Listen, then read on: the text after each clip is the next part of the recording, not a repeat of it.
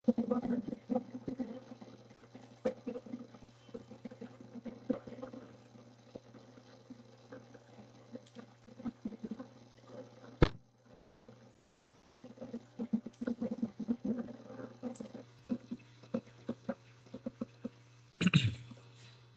friends. So I welcome you all to this session on basic course in thermodynamics. And in the last class, we were talking about the concept of available energy. And what we have realized is that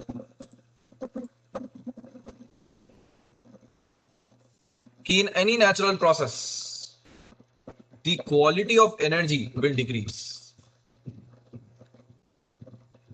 Though quantity will remain same. Quantity कभी भी destroy नहीं होगी, quality destroy होगी. This is a law of nature. यहां पर जैसे कि हमने कल एग्जांपल में देखा था कि 500 Newton 500 what sorry 500 watt of electrical work was entering, which was a high grade energy, and as it was passing through this, you can see that जैसे जैसे it was passing 149 watt of available energy, not energy, available energy, मतलब the extent और the opportunity जिससे हम work कर सकते थे वो चला गया. मतलब अब जो यहाँ पे हीट बाहर निकली है वो 500 वॉट ही है, बट उस 500 वॉट में से अब 149 वॉट जो आप वर्क प्रोड्यूस कर सकते थे वो अपॉर्चुनिटी आप खो चुके. फर्दर अगर आप आगे बढ़ोगे, when you proceed further, then the same thing will happen. You will lose another 149 watt of energy, not the energy exactly, it's exergy. तो धीरे धीरे क्वालिटी डिग्रेड होती चली जाएगी. बचेगा क्या? 202. मतलब यहां से बाहर कितनी निकल रही है? 500 वॉट निकल रही है. बस इस 500 वॉट की क्वालिटी कितनी है? 202. और जो 500 वॉट एनर्जी आई थी इसकी क्वालिटी कितनी थी? Complete 500 watt. That is what I am trying to say. What is quality? मतलब उस एनर्जी से आप कितना वर्क प्रोड्यूस कर सकते हो, दैट इज द क्वालिटी. तो ये हीट एनर्जी जो है यहाँ पर 500 वॉट, इससे मैं सिर्फ 202 वॉट वर्क प्रोड्यूस कर सकता हूं. That's why this is the or the so not the energy, the quality of this 500 watt at 500 degrees Kelvin with respect to temperature at with respect to surrounding at 298 Kelvin.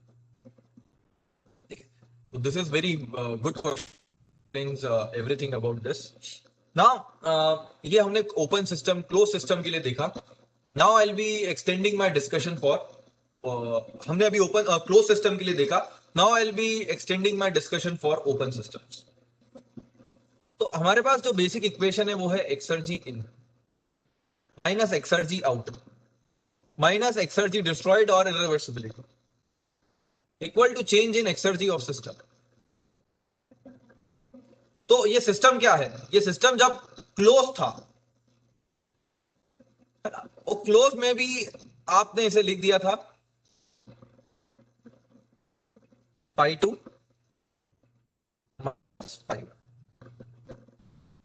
What about open system? Open system में change in exergy क्या लिखोगे आप? अब open system में मास भी आता है, तो मास के साथ भी कुछ एनर्जी अंदर आएगी, और एनर्जी अंदर आएगी तो कुछ ना कुछ क्वालिटी भी आएगी. अगर वो हाई ग्रेड एनर्जी होगी तो पूरी आएगी, लो ग्रेड एनर्जी होगी तो कम आएगी. तो मास के साथ एनर्जी एंटर करेगी, एक्सर्जी एंटर करेगी.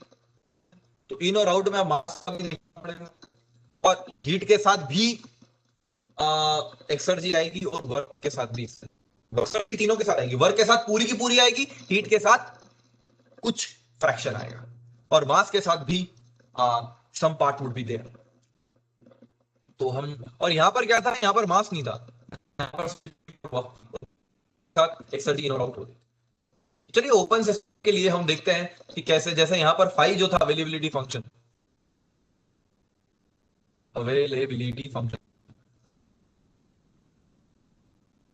वैसे open, let us understand the availability function for open system.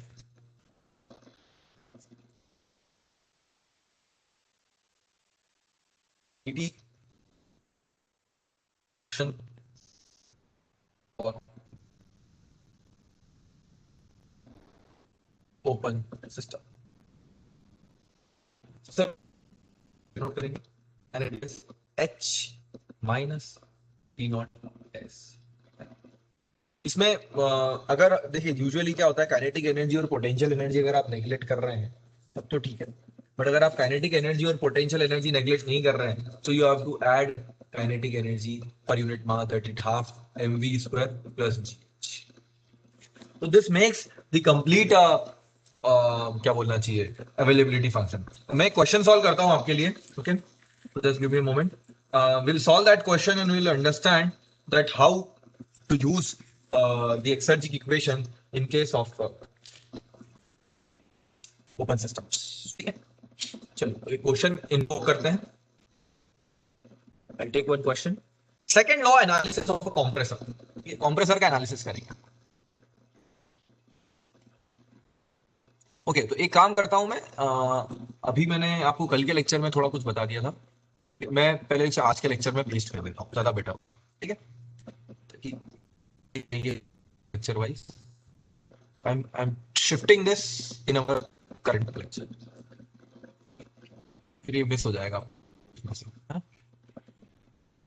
वो पीडीएफ में ऑलरेडी जनरेट कर चुका हूँ।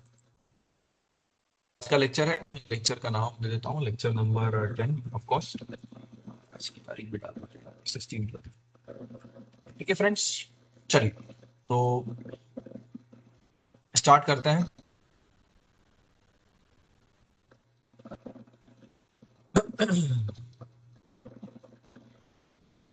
यहाँ क्वेश्चन पेश किया है मैंने अभी,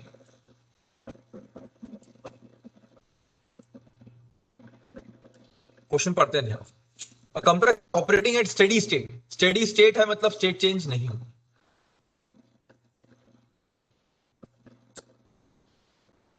कंप्रेसर बना लेते हैं, this is a compressor.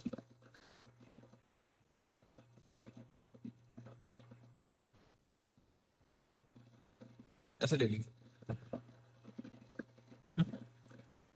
Takes in 1 kg of 1 kg पर सेकेंड ऑफ एयर, तो मास फ्लो रेट कांस्टेंट ही रहने वाला है क्योंकि स्टेडी स्टेट है, तो 1 kg पर सेकेंड से एयर आया अंदर, कितने पे आया, इसे अगर मैं स्टेट पॉइंट 1 कहूं तो pressure at 1 is 1 bar and temperature at 1 is 25 degree Celsius. It compresses it to a pressure of P2 which is 8 bar, ये स्टेट 2 है, और temperature T2 is 160 degree Celsius. Heat transfer from the compressor to the surrounding, compressor से surrounding के लिए जो heat transfer है that is 100 kilowatt.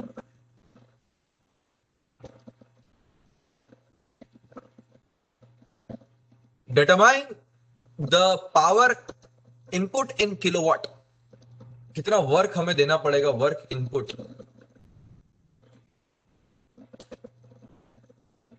and define or will define also second law efficiency for the compressor। अब first law efficiency और first law efficiency तो आपको सबको पता है, सेकंड लॉ एफिशिएंसी क्या होती है समझेंगे इसे, ठीक है। तो इस क्वेश्चन की मदद से मैं आपको सेकंड लॉ एफिशिएंसी अगर आपको याद हो तो मैं आपको पहले लेक्चर में first law efficiency second law efficiency बता चुका हूं, एक्सरजी जब मैंने चालू किया था, फिर रिमेंबर दिस।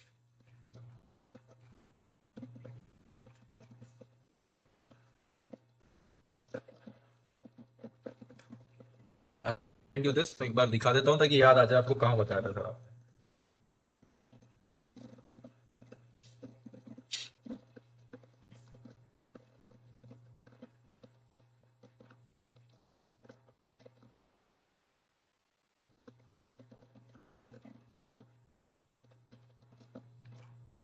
एक्चुअली मैं मिस हो रहा है, वो मैं बताया तो हूं आपको 100%, I am sure for this. कहां बताया हूं, मैक्सिमम वर्क यहाँ 100 होगा, करेक्ट।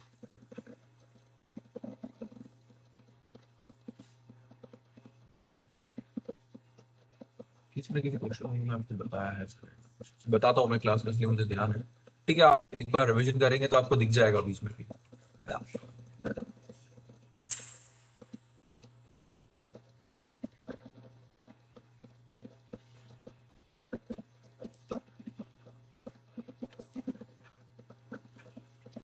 अभी तो टाइम वेस्ट करना है, ठीक है। मैं इंजन के केस में एक बताई थी मैंने, सेकंड बार क्वेश्चन एग्जांपल कोई उठा लेता हूं, जैसे फॉर एग्जांपल ये एग्जांपल है, ये तो फेक ही था, ये तो गलत ही था, तो हम एक दूसरा एग्जांपल ले लेते हैं।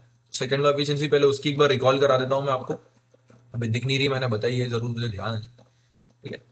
बट आपको है ना first second law of thermodynamics, कि वो एग्जांपल लेकर मैं पहले एक बार रिवाइज करा दूंगा तो सही से समझ में आ जाएगी आपको second law efficiency. That is my whole idea over here.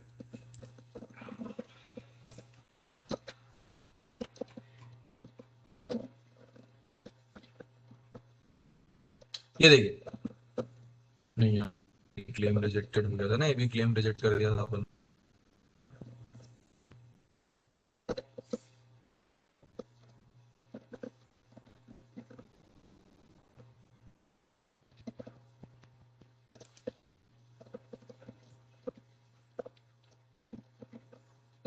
हाँ,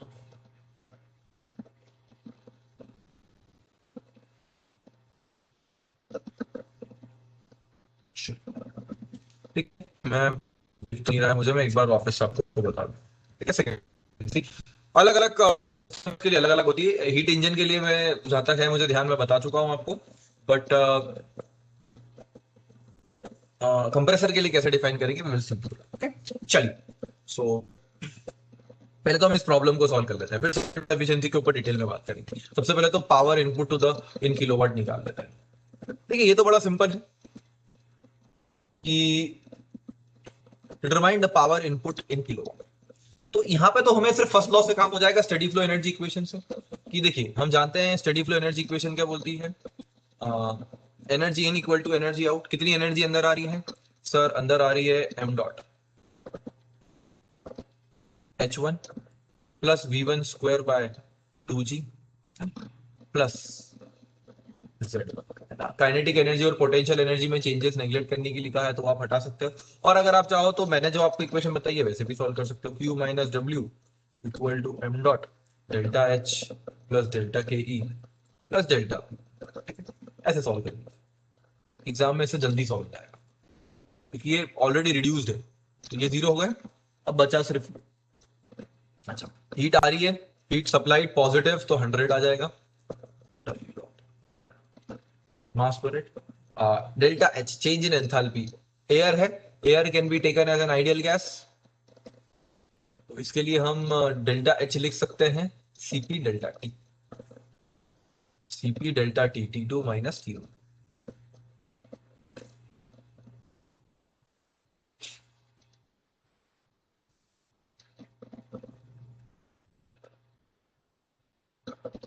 M dot is one, CP is 1.005 into 10 to the power 3। अच्छा इसको रहने देते हैं क्योंकि ये भी किलोवाट में है।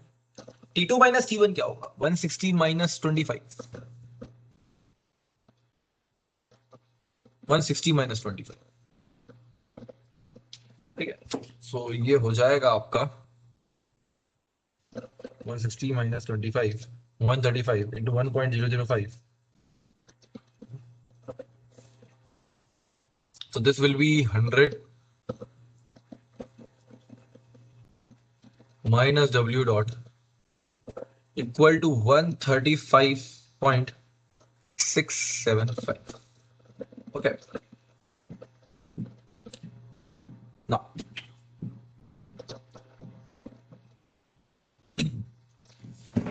चलिए आगे बढ़ते हैं।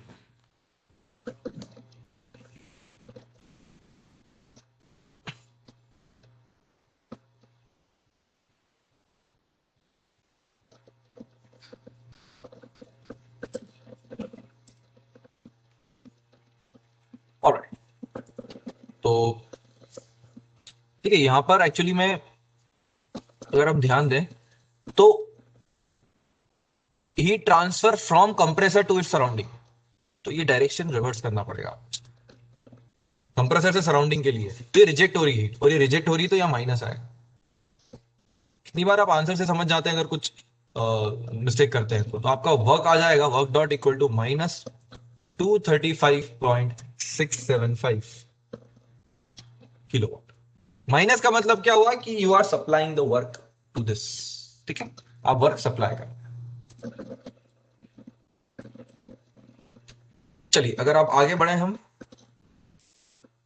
तो ये तो भाई पहले क्वेश्चन का आंसर हो गया। आप सेकंड क्वेश्चन का आंसर समझते हैं। देखो सेकंड क्वेश्चन का आगे बढ़ने से पहले मैं सेकंड लॉ एफिशिएंसी के ऊपर बात करूंगा आपसे। ये गेट में भी बहुत ज्यादा इंपॉर्टेंट क्वेश्चन बन सकता है, ठीक है, सेकंड लॉ एफिशिएंसी का, इसलिए मैं इसके ऊपर फोकस करूंगा। देखो पहले तो हम एक एग्जांपल लेते हैं हीट इंजन का, थोड़ा सा ऑब्स्ट्रैक्ट हो जाते हैं हमारे करंट डिस्कशन से। हीट इंजन में क्या होता है आपके, सर हीट इंजन में लेट से कोई 800 या 900 केल्विन पर कोई हाई टेम्परेचर रिजर्वायर, एक एग्जांपल ले लेते हैं। ये मान लीजिए 300 किलोवाट 300 केल्विन पर हीट रिजेक्ट कर रहा है सराउंडिंग को, और यहाँ पर let's for example 1200 joule of thermal energy. तो इससे मैक्सिमम कितना वर्क आप निकाल सकते हो? इसका आंसर होगा सर, इससे जो मैक्सिमम वर्क निकलेगा वो निकलेगा, इस maximum efficiency 1 minus lower upon higher multiply by. तो this is somewhere around 600 by 900, 600 into 1200,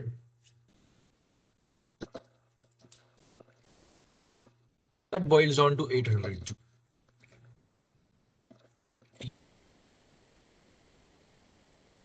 100 by 3 is 800.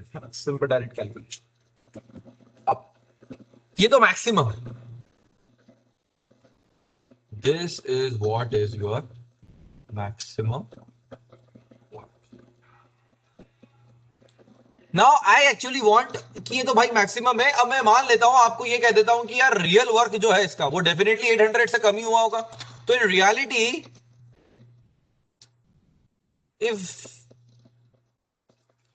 Reality ये इंजन जो होगा, दिस इंजन इज इरिवर्सिबल। अब चूंकि ये इरिवर्सिबल है तो इसका वर्क क्या होगा, एक्चुअल वर्क जो होगा वो लेस देन 800 जूल होगा।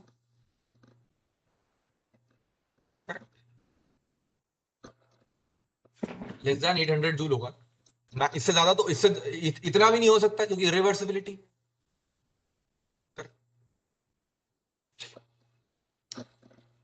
तो लेट अस से दैट कि हमें पता है कि ये इरिवर्सिबल वर्क कितना है। तो वर्क एक्चुअल दिया हुआ है, गिवन, ये गिवन है आपको, इट इज 300 जूल, 300। तो आपका वर्क कितना है, 300 जूल। कितना कर सकते थे आप, 800 जूल। मुझे 100% श्योर, पीछे आप देखोगे ना नोट्स पे दिख जाएगा आपको, क्योंकि मैं जहां मोमेंट आता है वहां पे बता देता हूँ, इसलिए मैं आई एम वेरी श्योर कि मैं सेकेंड टाइम बता रहा हूँ आप लोगों को, ठीक है। बट आप एक बार पीछे कई नोट्स में से देखेंगे तो आपको मिल जाएगा ये। पर ठीक है, नहीं भी वैसे तो चांस नहीं है, बट फिर भी अच्छा है मैंने रिवाइज करा दिया, क्योंकि हमें इसका काम पड़ने वाला है अभी सेकंड लॉ एफिशिएंसी का। तो बात यहां पर सीधी सी ये है कि 300 जूल आपका एक्चुअल है, और आप कितना जा सकते थे, आप जा सकते थे 800। 100% मतलब पूरा का पूरा 1200 नहीं जा सकते थे आप कि मैं पूरी की पूरी हीट कन्वर्ट कर लूं वर्क में। नहीं, हीट का कुछ फ्रैक्शन ही कन्वर्ट किया जा सकता है, और वो मैक्सिमम फ्रैक्शन जो है, मैक्सिमम पार्ट जो है वो 800 जूल।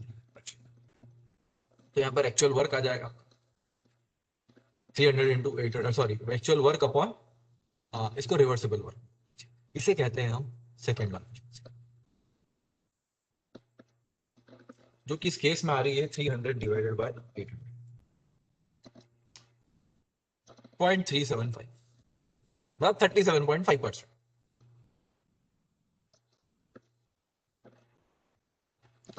तो 37.5% सेकेंड लॉ एफिशिएंसी। और फर्स्ट लॉ एफिशिएंसी क्या होगी सर? फर्स्ट लॉ एफिशिएंसी हो गई, इनपुट दिया था, आउटपुट है हमारा 300 जूल, और इनपुट कितना था 1200। मतलब इतना इनपुट था आपका और ये आउटपुट, सॉरी ये आउटपुट था और ये इनपुट था। सो दैट इज 25%।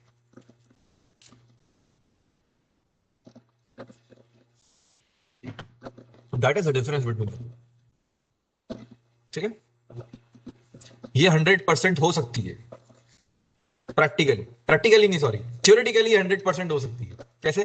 क्योंकि आप अगर मान लीजिए आपका इंजन आप थ्योरेटिकली रिवर्सिबल अज्यूम कर लेते हैं, ये तो हमने मान लिया है कि ये मान लो ये कि रिवर्सिबल, ये रिवर्सिबल है। तो हमने, आप क्या करें, कोई भी रिवर्सिबल सिस्टम को पहले रिवर्सिबल मान के उसकी उसका मैक्सिमम वर्क निकालना है, वो कितना प्रोड्यूस कर रहा है, ठीक है। उसके बाद आप क्या करें, उसका रियल वर्क। अब यहां पर अगर आप देखेंगे एक कॉन्सेप्ट और, कि इन ideal case when engine is reversible, efficiency can be efficiency can be second law efficiency मतलब second law efficiency can be 100%, but this is theoretically possible, not practically. Theoretically, क्योंकि रियलिटी में कोई भी इंजन रिवर्सिबल नहीं, but theoretically तो possible है ना। But first law efficiency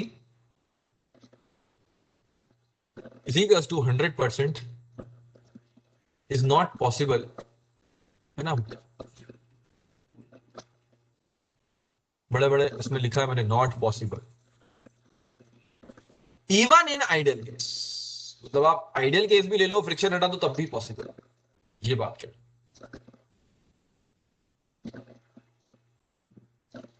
I hope this is absolutely clear my dear friends. अब बात करते हैं, ये तो पावर प्रोड्यूसिंग डिवाइस। अब हम बात करते हैं कंप्रेसर की, कोई जैसे कि power absorbing device compressor. Compressor क्या करेगा, पावर एब्सॉर्ब करेगा, पावर एब्सॉर्ब करके एयर के प्रेशर को राइज करेगा, पढ़ेंगे हम आगे चल के पावर एब्सॉर्बिंग डिवाइस।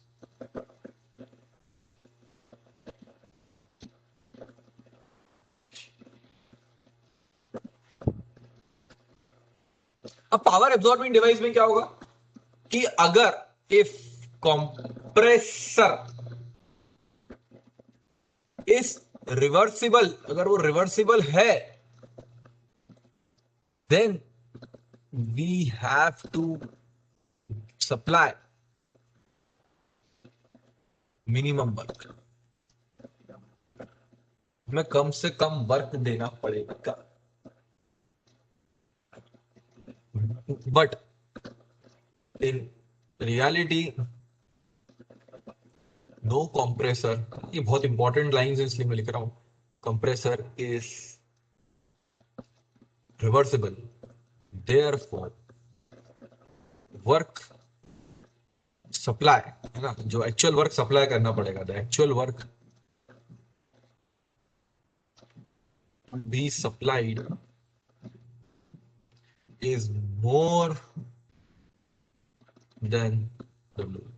मतलब जब देने की बात आएगी तब आपको ज्यादा देना पड़ेगा, और जब लेने की बात आएगी तो आपको रिवर्सिबल से कम मिलेगा। तो W actual would be greater than W reversible. ये कब, जब आपको when you have to supply.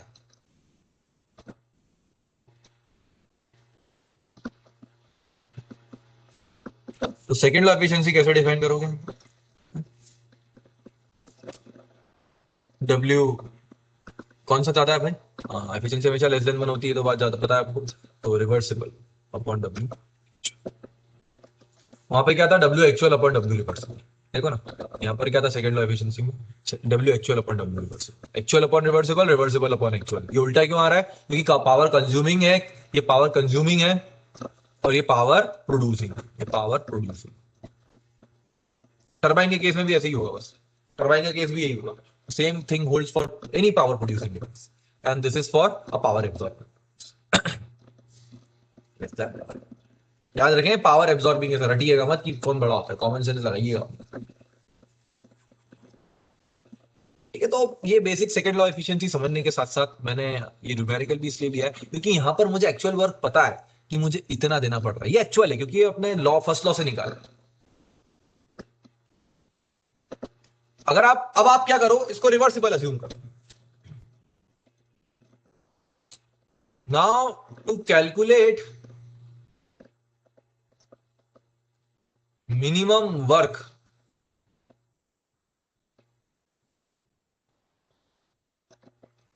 To be supplied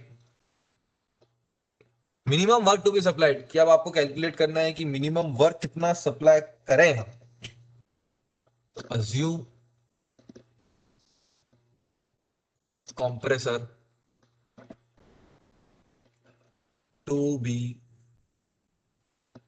theoretically theoretically theoretically reversible reversible मतलब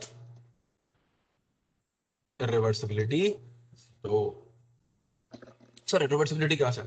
अरे बता दो थे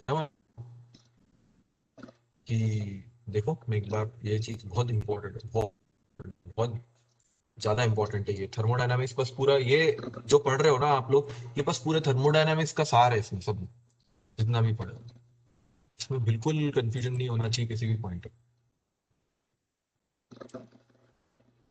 सर अभी इरिवर्सिबिलिटी,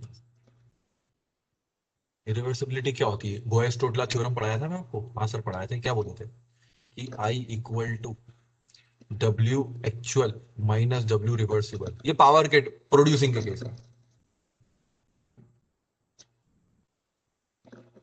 तो यहाँ पर इरिवर्सिबिलिटी क्या आ जाएगी? सर एक्चुअल वर्क तो हमारा हुआ है, सॉरी रिवर्सिबल ज्यादा मिलेगा ना यहाँ पर आपको, पावर प्रोड्यूसिंग के केस में रिवर्सिबल मिलेगा ज्यादा। और एक्चुअल में रिवर्सिबल में मिले, मतलब अगर आप पावर प्रोड्यूसिंग है और आपको, आप वर्क ले रहे हो उससे, ऑब्वियस सी बात है पावर प्रोड्यूसिंग है तो वर्क लोगे, तो आपको रिवर्सिबल के केस में मिलेगा ज्यादा, बट एक्चुअली में रियलिटी में आपको मिलेगा कम।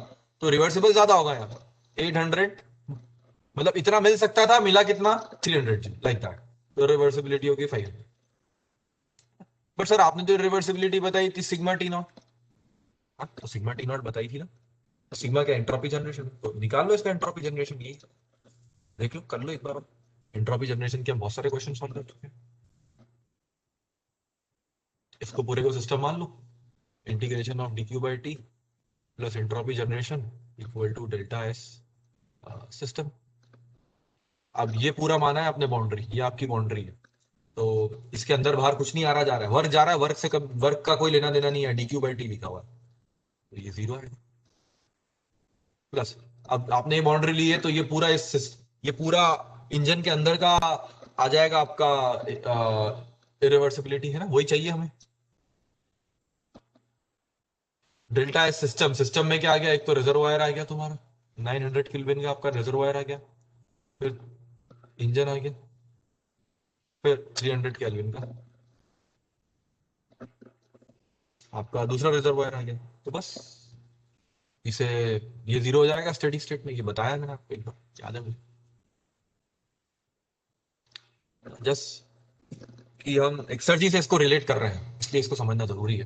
तो डेल्टा एस 900 केल्विन के, आपने 1200 रिजेक्ट किया 900 पर, तो इसकी डिक्रीज होगी और इसकी इंक्रीज होगी, प्लस इसने कितना लिया? अब देखो यहाँ पर वर्क कितना प्रोड्यूस हुआ है एक्चुअल में? एक्चुअल में हुआ है सर 300, करेक्ट। तो 1200 इधर आया, 3 इधर गया, तो 900 इधर गया, इसकी 900/3, और इसको टी नॉट से मल्टीप्लाई कर दो, माइनस 1200/900, लो भाई 12/9, ठीक है। तो इसको 12/9 या 3 3 4/4, 3 4 12, 3 3 4/3 रखो, प्लस इसको 3 रखो, और टी नॉट कितना है आपका सर? नॉट 300, कर लो सर, 3 + 3,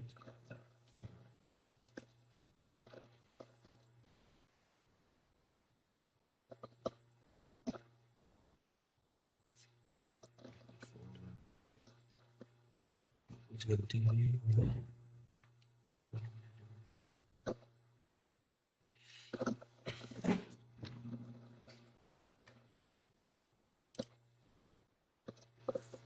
चलिए तो इसे सॉल्व करते हैं हम। दिस इज -4/3 + 3, इसे सॉल्व करेंगे तो this will come out to be 9 - 4 5/3, 9 - 4 5/3, 500, exactly 500। ठीक है, so this is a very clear cut explanation of the things over here. तो डेफिनेटली जो एक्चुअल वर्क और रिवर्सिबल वर्क में डिफरेंस है वो इरिवर्सिबिलिटी के बराबर होता है, या रिवर्सिबल या एक्चुअल वर्क में जो डिफरेंस होता है वो इरिवर्सिबिलिटी के ऊपर होता है, डिपेंड करता है वो पावर प्रोड्यूसिंग या पावर एब्जॉर्बिंग है। तो अगर मैं पावर एब्जॉर्बिंग के लिए थ्योरम का, क्योंकि अभी तक मैं जितना भी पढ़ाया आपको पावर प्रोड्यूसिंग के लिए बताया, ठीक है, इसलिए पावर एब्जॉर्बिंग के लिए भी आपको कॉन्सेप्ट क्लियर होना चाहिए, क्योंकि हम पावर प्रोड्यूसिंग पावर एब्जॉर्बिंग दोनों डिवाइसेस पढ़ते हैं।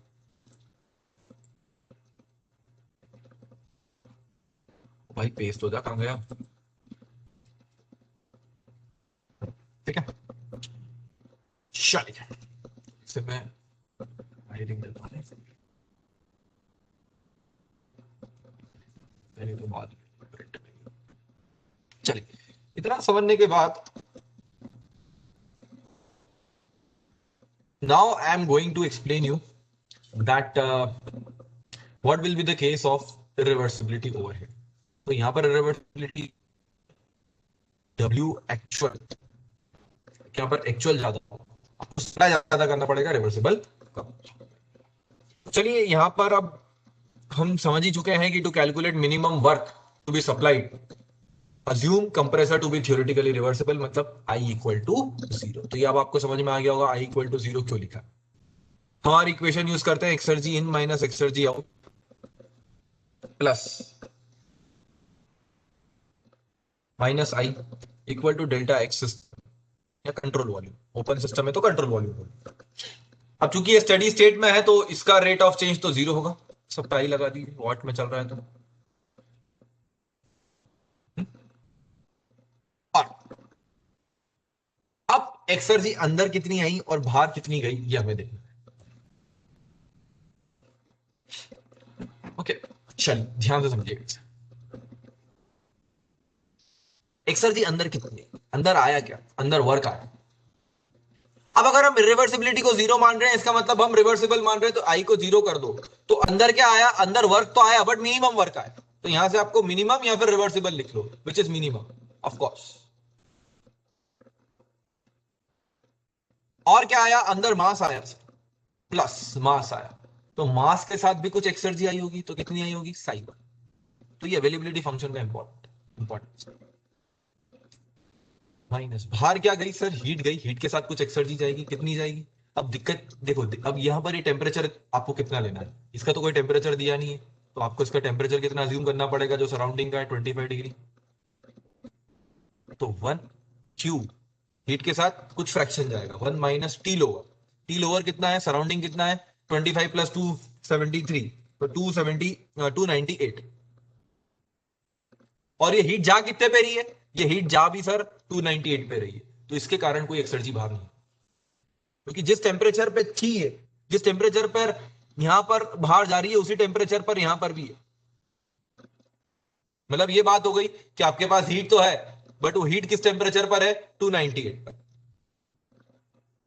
तो इस पे हीट इंजन चला भी लोगे तो कुछ मिलना थोड़ी ना है आप, nothing will get, because that heat is having zero quality, कोई क्वालिटी नहीं।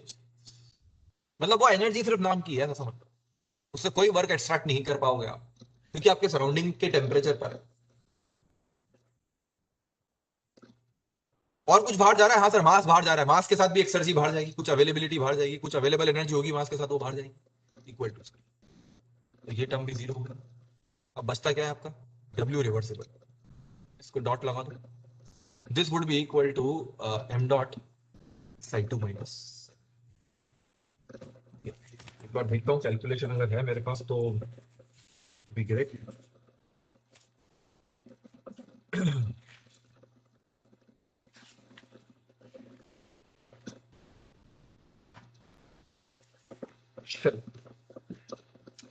इसे भी मैं अब थोड़ा नीचे शिफ्ट कर देता हूँ कैलकुलेशन वाले पार्ट, से कट करें, इसे करें।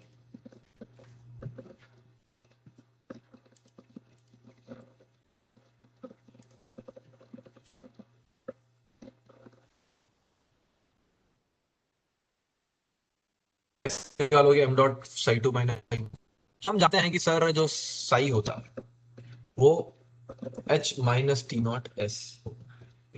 तो W डॉट रिवर्सिबल जो होगा आपका वो होगा M dot H2 minus T not, या ऐसे लिख लो H2 minus H1,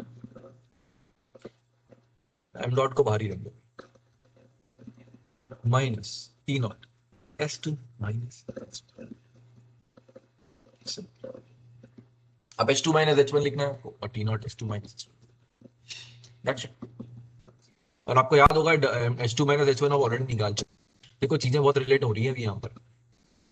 H2 minus H1 ही निकाल चुके आप, M डॉट ये H2 माइनस H1 ही तो है, ये एक्चुअल वर्क ही तो है आपका, और क्या है, ये तो आया था एक्चुअल वर्क। ये रिलेट करूंगा ये आखिरी में, अभी नहीं। अभी हम पहले क्वेश्चन सॉल्व करेंगे।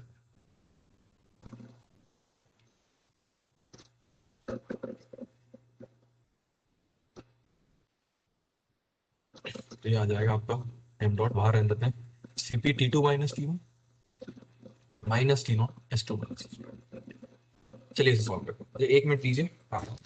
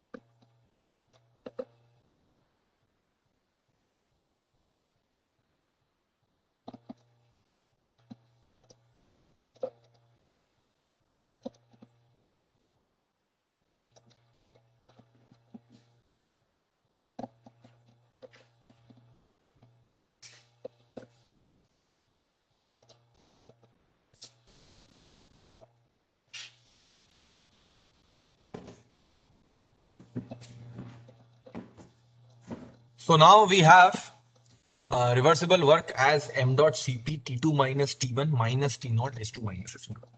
तो S2 माइनस S1 कैसे कैलकुलेट किया जाए? वेरी सिंपल, क्लियर है। आइडियल गैस के लिए हम S2 माइनस S1 की इक्वेशन जानते हैं। अब यहाँ पर दो इक्वेशन होती है, आप जानते हो, एक CV ln T2 upon T1 plus R ln V2 upon V1, और एक होती है S2 minus S1 equal to CV ln T2 upon T1 minus R ln P2 upon P1। ठीक है, तो यहां से आप कौन सी यूज करना पसंद करें? ऑफ कोर्स ये यहाँ पे सीपी आएगा, सॉरी ये सीपी आएगा। ऑफ कोर्स सर ये वाली यूज करेंगे क्योंकि हमारे पास P2 अपॉन P1 अवेलेबल है। तो let us use this equation over here, यही सॉल्व कर लेते हैं ऐसे कितना आ रहा है, फिर S2 माइनस S1 फीड कर। Cp is of course your 1.005 10 to the power 3 नहीं लिख रहा मैं, ln T2 अपॉन T1। तो टेम्परेचर देखिए क्या दिए मैं आपको क्वेश्चन में, सर टेम्परेचर दिया हुआ है 160 और 25, ठीक है। तो 160 प्लस 273 अपॉन 25 प्लस 273 क्लियर है। तो ये कितना आएगा 0.287। हेलो, प्रेशर देख लीजिए क्या रेंज में दिया हुआ है आपको। सर प्रेशर दिया हुआ है 28 बार टू 1 बार, मतलब P2 is 8 bar and it is 1 bar, 8 upon 1, 8 हो गया समथिंग। तो चलिए इसे सॉल्व करते हैं कितना आता है। और वैल्यूज बहुत इंपॉर्टेंट है यहाँ पर, क्योंकि यही आपको पूरा फिजिक्स समझेंगे, इसलिए कैलकुलेशन करना बहुत जरूरी है। 25 प्लस 273 433 divided by 298, आंसर 5 ये आता है आपका तकरीबन 0.3755 माइनस 8 0.5968। तो S2 माइनस S1 यहाँ पर आपका नेगेटिव आया है, मतलब सिस्टम की एंट्रोपी डिक्रीज हुई।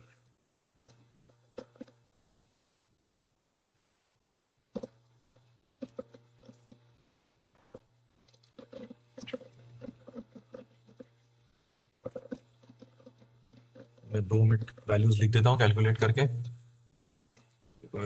298 है ना आपको सराउंडिंग, 298 प्लस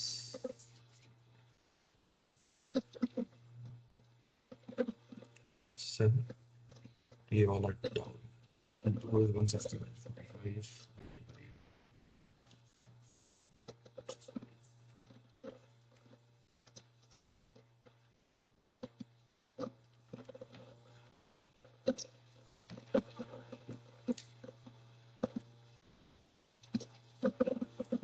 ठीक है, तो ये आपका रिवर्सिबल वर्क आ गया यहाँ पर 201.62 किलोवाट। यूनिट हमेशा ध्यान रखिएगा किलो। क्यों यूनिट ध्यान रखना जरूरी क्यों है भाई? यूनिट ध्यान रखना जरूरी इसलिए है क्योंकि आप हमेशा 10 to the power 3 और मतलब किलो और वॉट में हमेशा स्टूडेंट गलती करता है। ठीक है, तो ये तो आपका अलग से कैलकुलेशन हो गया, इसके लिए बॉक्स बना के रख देता हूं मैं इसको।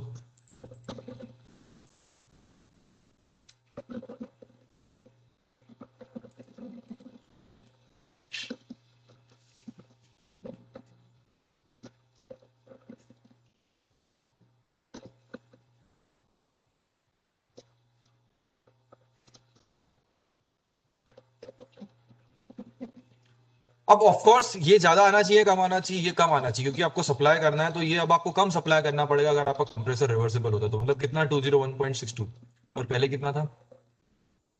पहले था सर हमने सर कितना दिया कितना एक्चुअल में? तो आपका रिवर्सिबल कितना आ रहा है? आपका रिवर्सिबल आ रहा है 201.6 किलोवाट अप्रोक्सीमेटली, और आपको देना कितना पड़ रहा है? 235.6।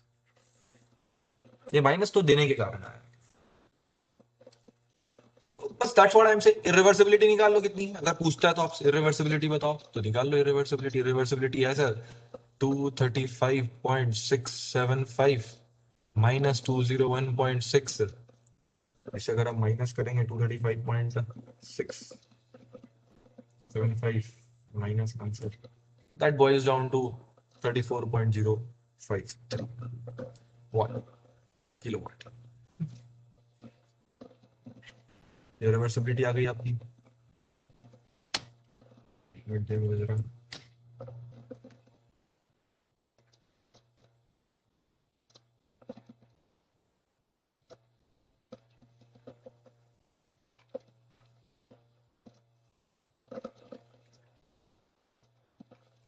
हम्म, अब बात करते हैं सेकेंड लॉ एफिशिएंसी की। तो सेकेंड लॉ एफिशिएंसी क्या होगी भाई यहाँ पर?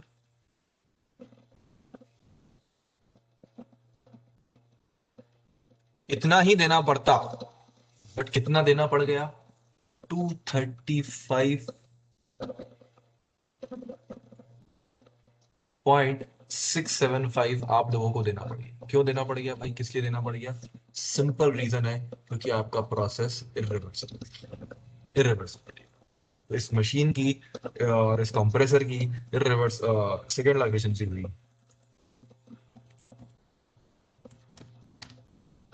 85%। प्रीटी गुड, 85% क्लोज है। इससे ज्यादा इंप्रूवमेंट के चांसेस रेयर बनेंगे। इनके आप इंप्रूव करने जाओगे, देखो एक जगह एक चीज होती है कि अगर आप इसको इंप्रूव तो कर दोगे, बट एफिशिएंट बना इसको सेकंड लॉ के पॉइंट ऑफ व्यू से एफिशिएंट बना दोगे, थर्मोडायनामिक्स के पॉइंट ऑफ व्यू से इसको एफिशिएंट बना दोगे, बट इकोनॉमिक्स के पॉइंट ऑफ व्यू से एफिशिएंट बना पाओगे कि नहीं, वो भी एक बहुत बड़ा पॉइंट है। मतलब मैंने आपको पहले भी कहा है कि आपके पास एक बाइक है, आपके पास ऑप्शन है, आपको बाइक खरीदनी है, आपके पास दो ऑप्शन है। मतलब बेसिकली आपको बाइक खरीदनी है, आपके पास दो ऑप्शन है। एक बाइक है 2 लाख रुपीज की जिसका एवरेज है 80 किलोमीटर पर आवर का, लेट से फॉर एग्जाम्पल कंपनी क्लेम करती है। और एक बाइक है 1 लाख रुपीज की जिसका एवरेज है 60 किलोमीटर पर आवर। तो आप 2 लाख रुपीज, 1 लाख रुपए एक्स्ट्रा खर्च करोगे 20 किलोमीटर पर litre, sorry 20 kilometre per hour का एवरेज नहीं, 20 किलोमीटर पर लीटर का एवरेज बचाने के लिए 1 लीटर पर 20 किलोमीटर बच रहे हैं। तो क्या आप उसके लिए 1 लाख रुपए एक्स्ट्रा खर्च करो? That is a big question, that is a big question. तो इस तरह के लिए ऑब्वियसली इंसान तो यही सोचता है ना भाई, 1 लाख रुपए में मैं कितना तेल भरवा। आप 1 लाख रुपीज एक्स्ट्रा पे कर रहे हो, सो In 1 lakh rupees, if you calculate, if 100 rupees also you calculate the cost of a petrol, and 1,000 liters of petrol will take with the extra 1,000 liters of petrol. Now you have to compare with that 1,000 liters of petrol they are able to do it or not. That's the point. That's why we need to look for economics also. And there's an entire subject about it. That's what we called as we call it as thermoeconomics. Okay. चलिए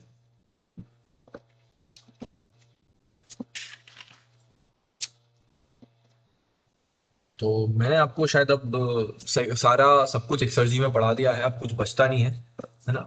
बहुत detail में एक एक question, एक एक cases मैंने आपको explain कर चुकी हूँ, ठीक है ना। थोड़ा बस this is all for the discussion. तो आप अगर समझें टोटल, अगर मैं सब्जेक्ट का पूरा क्रक्स बताऊं आपको, ठीक है, तो यहाँ पर आपका सब्जेक्ट का क्रक्स है कि एनर्जी, ठीक है, ये एनर्जी का बार बार, क्योंकि this is a very important domain of the subject, समझते हैं। भाई बंद हो जाए यार, 1 मिनट रुको।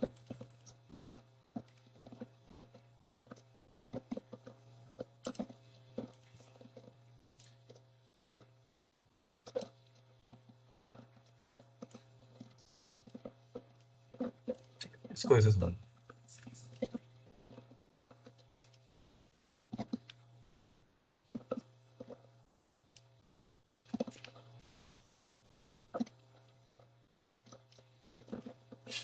हम यहाँ पे लिखते हैं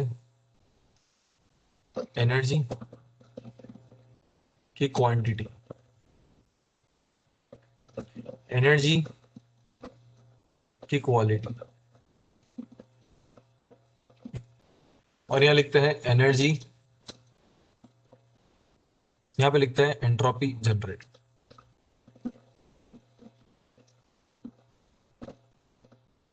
तो जब भी क्वालिटी की बात करते हैं उसे एक्सर्जी कहते हैं। एनर्जी, एक्सर्जी और एंट्रोपी, ये 3 बहुत इंपॉर्टेंट ईज है थर्मोडायनामिक्स। एनर्जी,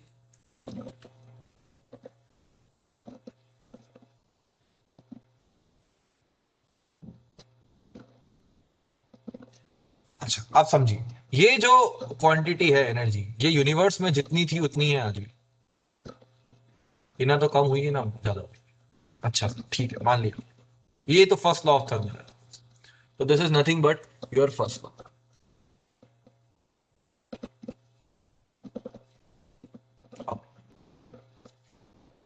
एनर्जी के साथ क्या हो रहा है, एनर्जी आपकी डिग्रेड हो रही है, स्लोली स्लोली स्लोली ये डिग्रेड हो रही है। तो ये डिग्रेड हो रही है, ये डिग्रीज होती चली, ये कंटिन्यूसली डिग्रीज होकर चल रहा है। तो ये कांस्टेंट है, ये डिक्रीज हो रही है, और ये इंक्रीज हो रही है।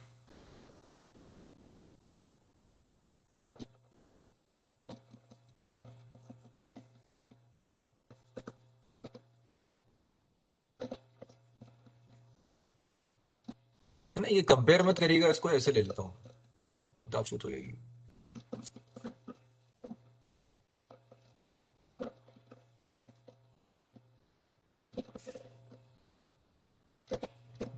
कि सबकी यूनिट एनर्जी और एक्सर्जी की, एक्सर्जी और एंट्रोपी यूनिट अलग अलग है, तो उसको स्केल पे कंपेयर मत करना, बट एक जस्ट वे बता रहा हूँ, ठीक है। और इनफैक्ट ये क्वालिटी डिक्रीज क्यों हो रही है, क्योंकि एंट्रोपी इंक्रीज हो रही है, एंट्रोपी जनरेट हो रही है, दैट्स द रीजन। तो ये वाला ग्राफ आपका हमेशा ऊपर की तरफ जा रहा है, जितना ज्यादा ये इंक्रीज होगी, जितनी ज्यादा एंट्रोपी जनरेट होगी, उतनी ज्यादा क्वालिटी डिग्रेड होती चलेगी, like that। किसी भी नेचुरल प्रोसेस में, this is for a natural process, ये इंक्रीज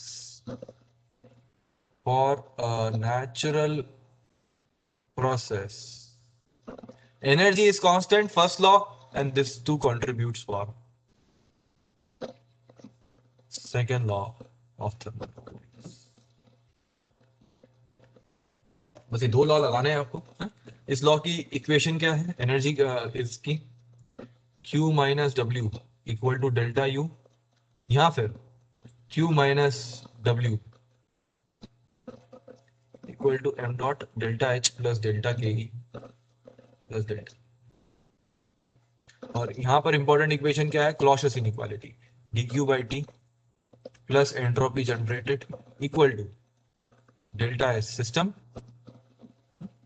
और आप एक और लिख सकते हो यहाँ पर exergy in minus exergy out plus minus I equal to delta x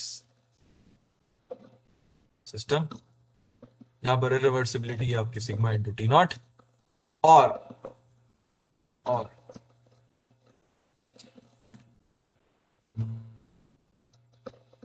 हो गया, और अवेलेबिलिटी फंक्शन है ओपन सिस्टम के लिए u plus P not V, close system के लिए sorry minus T not S, और ओपन सिस्टम के लिए h minus T not S plus V square by two plus.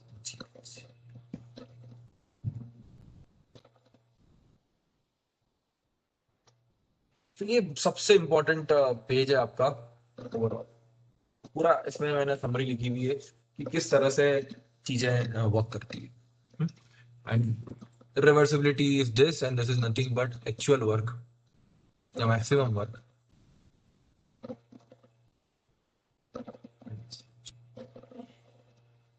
irreversible इसको reversible, और ये इसका मॉड होगा। एक्चुअली में डिपेंड करेगा कि आपका सिस्टम क्या है, पावर प्रोड्यूसिंग है या power absorb. So in any natural process, the quantity of energy will remain constant, and since in that natural process energy entropy will get generated, so because entropy will get generated, there will be irreversibility, and because of that irreversibility we will lose some opportunity to, जितना हम काम कर सकते थे उतना काम हम कर नहीं पाएंगे, we'll do something less, and that's what we call as a law of degradation of energy. So energy is degraded in any natural process. Okay. Now I will do some plotting, curve plotting and all. Just to quickly revise over here, हमने PV plot देख चुके हैं, ये मैं बता चुका हूं, इसलिए मैं इसको डायरेक्टली ड्रॉ कर रहा हूं क्योंकि मुझे PV और TS डायग्राम्स के ऊपर आपसे थोड़ी बातें करनी है।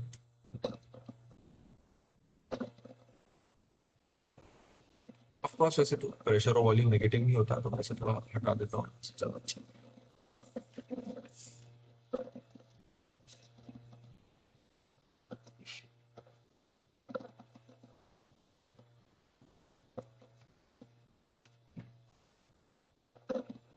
तो ये आपका पीवी प्लॉट है, ठीक है, हम देख चुके हैं इसे। इसमें pressure equal to constant process ये रहेगा, volume equal to constant process ये रहेगा, बाकी के दो process isothermal, this is pressure constant, this is volume constant, this is isothermal that is temperature equal to constant. तो यहाँ पर आपका ये आ जाएगा polytropic process n equal to, फिर gamma equal to Cp upon C equal to for ideal gas, sorry for not for ideal gas, for मैंने आपको बताया था atomic diatomic and atomic gases, right. तो उस केस में आप इसे 1.4 1.6 ऐसी वैल्यूज हो सकती है, तो आप CpCv देख लीजिए, I have told this letter earlier, ठीक है। 1.4 1.6 it can be anything, Cp upon Cv से डिवाइड करें।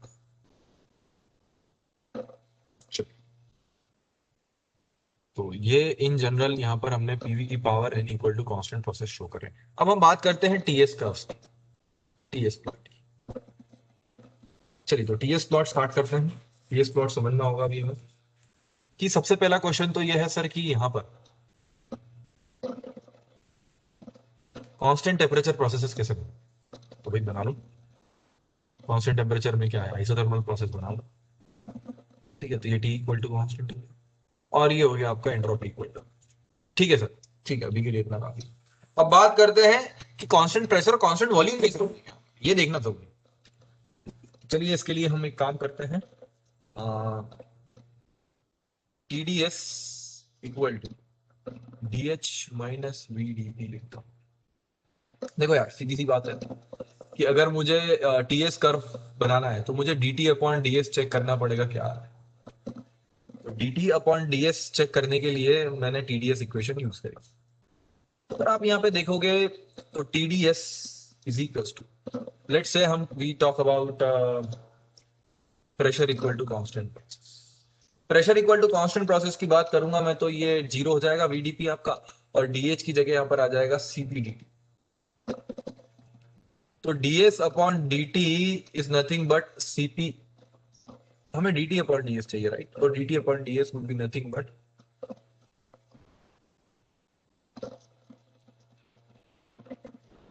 T upon CP, and this is of course for constant pressure कर, मतलब ये कांस्टेंट प्रेशर लाइन का स्लोप आएगा। अब अगर हम आगे बात करें कांस्टेंट वॉल्यूम की, तो TdS equal to DH, TdS equal to DU plus PD। यहाँ पे वॉल्यूम इक्वल टू कांस्टेंट है, TdS equal to CVDT plus zero, तो DT upon DS equal to DT upon DS equal to T upon CV, like this. So this is for constant volume. Now we know that CP का value जो होता है वो CV से ज्यादा होता है, so this implies slope of constant pressure line. And this is what slope of constant pressure line on TS plot is equal to, और एक्चुअली में CP ज्यादा है ना, CP ज्यादा है तो ये कब होगा, DT upon DS for volume equal. What is this? This is nothing but slope of constant volume lines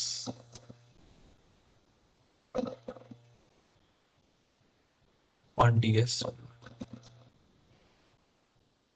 ठीक है,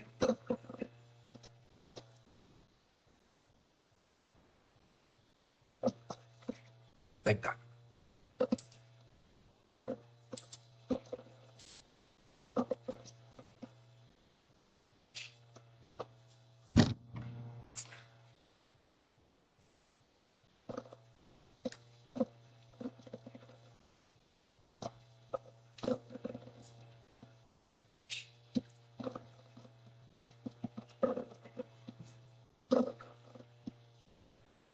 तो अब इसे प्लॉट कैसे करें?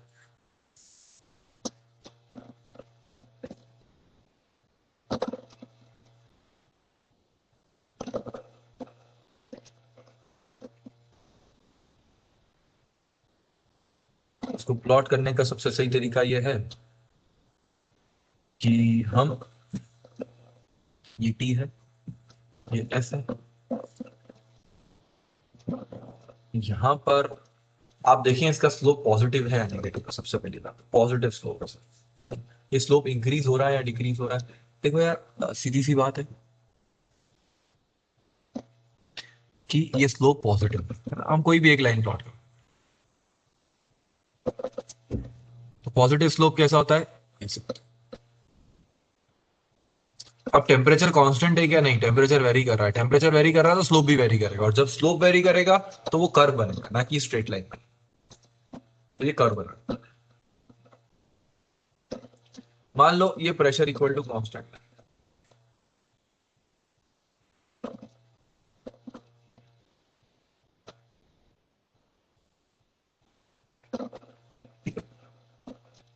और हमें पता है कि जो प्रेशर कांस्टेंट लाइंस हैं वो उनका प्रेशर, उनका स्लोप कम हो, और जो आपकी वॉल्यूम कांस्टेंट लाइन है उनका स्लोप ज्यादा होगा। थोड़ा सा इसको लेटा देते हैं, ये आपकी कांस्टेंट वॉल्यूम,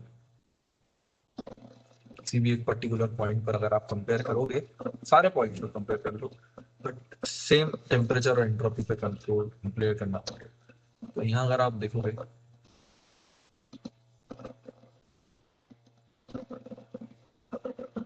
तो ये थीटा है,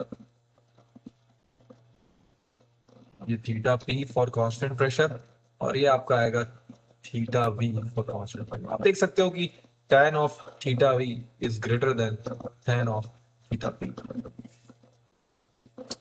तो यहाँ पर बहुत ही सिंपल सा बात हम कह सकते हैं कि स्लोप m से डिनोट करते हैं हम, स्लोप ऑफ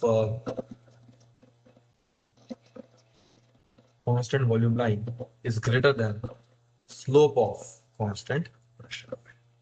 कभी भी इस बात का कांस्टेंट टेम्परेचर और कांस्टेंट प्रेशर तो प्लॉट करना मैंने आपको सिखा दिया। और कुछ टीएस प्लॉट पे प्लॉटिंग से रिलेटेड क्वेश्चंस और चीजें समझते हैं, कॉन्सेप्ट समझते हैं, कैसे इसे हम और आगे एनालाइज कर सकते हैं। देखिए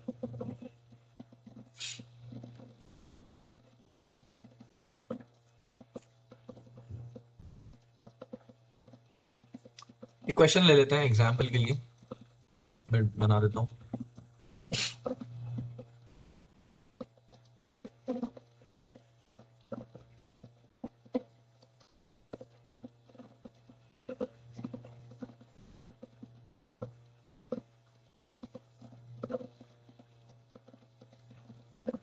बी ए सी डी ई, ठीक है, एरो बना देते हैं यहाँ पर ई टू ए। अब let's say for example someone ask you, ये कांस्टेंट लाइन है, ऐसे समझ देखिए।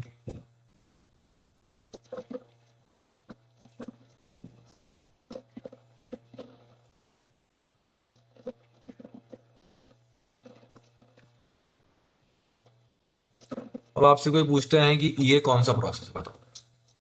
ई ईटीएस का।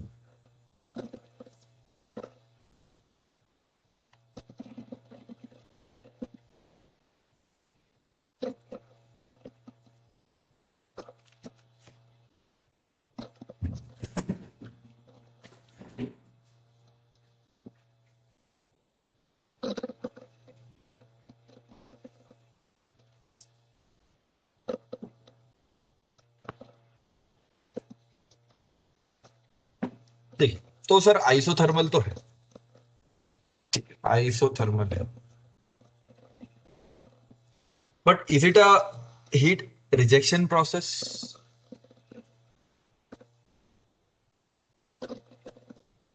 और isothermal heat absorption?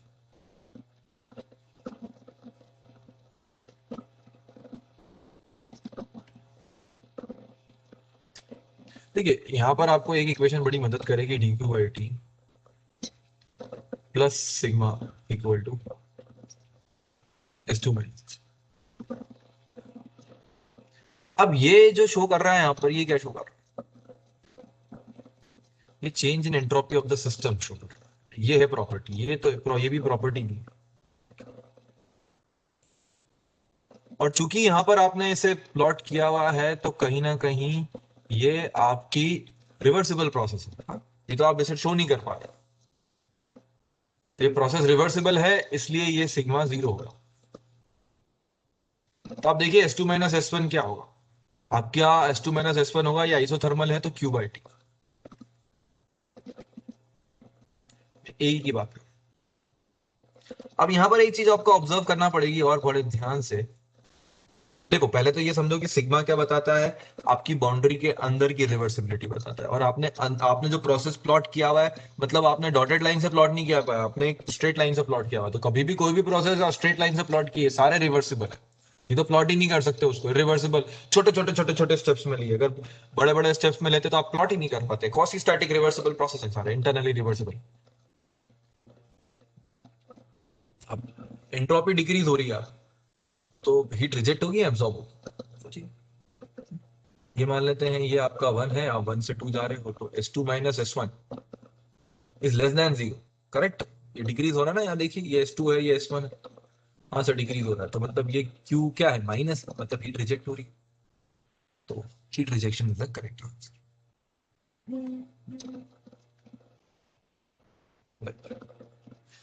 Okay, next आगे बढ़ते हैं।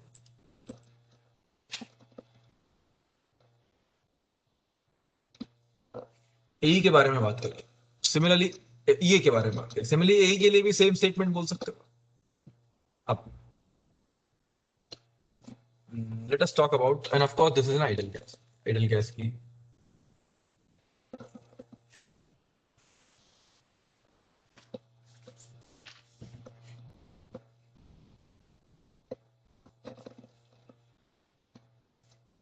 अब एसी की बात, एसी से पहले बी की बात करें, बी टू ए,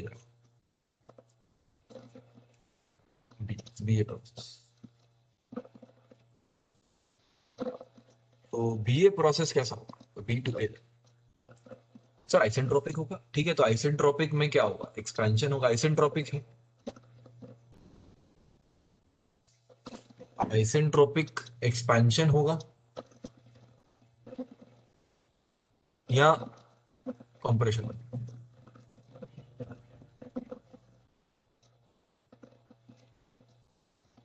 देखो पहले आइसेंट्रोपिक प्रोसेस को समझने के, आइसेंट्रोपिक का मतलब क्या, आइसेंट्रोपिक का मतलब ये होता है कि एंट्रोपी इज कांस्टेंट।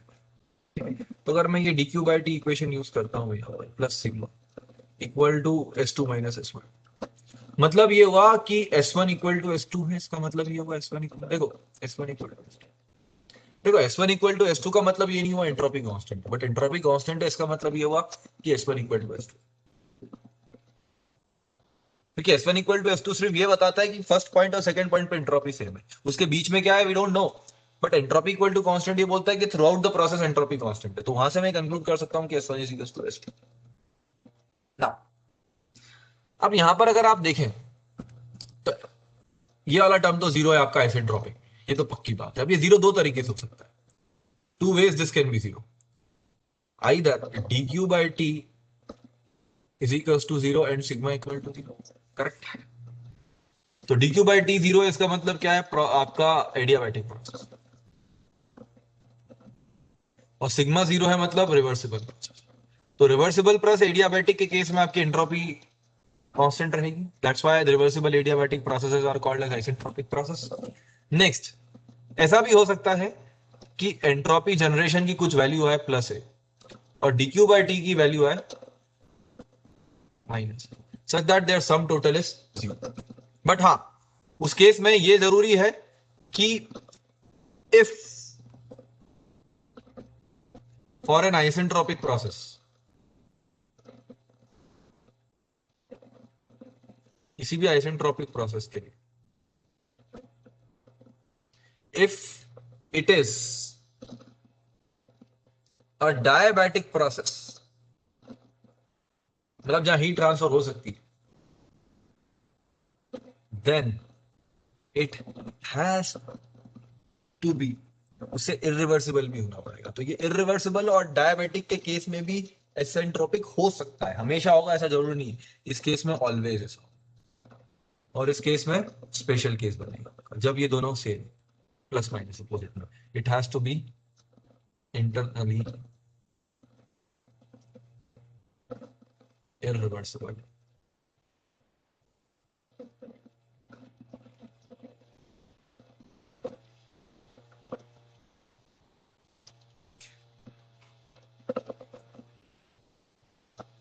इतना समझ में आया आपको? अच्छा, तो और एक स्टेटमेंट और आप लिख सकते हो, यहाँ पे तो फॉर एन आइसेंट्रोपिक लिखा है मैंने, फॉर एन आइसेंट्रोपिक प्रोसेस, अगर प्रोसेस आइसेंट्रोपिक है, if it is adiabatic, then it has to be reversible, internally reversible.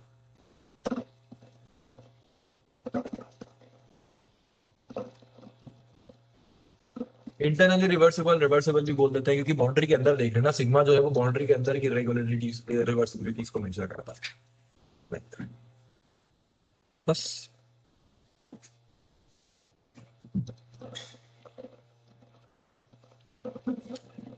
ठीक है, so that is a whole logic over here behind the concept of syntropic process। तो अभी expansion है या compression, ये कैसे बताओ? देखो, अब यहाँ पर एक बात समझो, यहाँ पर आपने इसे डॉटेड लाइन से बना नहीं रखा है, आपने इसको सॉलिड लाइन से बना रखा है। तो पहले तो अगर मैं बीए प्रोसेस की बात करूं तो it is drawn by solid line. Solid line से मैं ये कह सकता हूं कि सिग्मा जीरो है, क्योंकि रिवर्सिबल, इंटरनली इरिवर्सिबल होता तो मैं उसको डॉटेड लाइन से बनाता। अब इरिवर्स इंटरनली इरिवर्सिबल है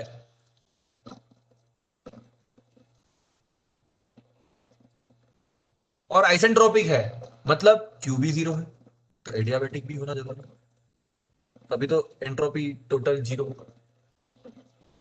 एरिया।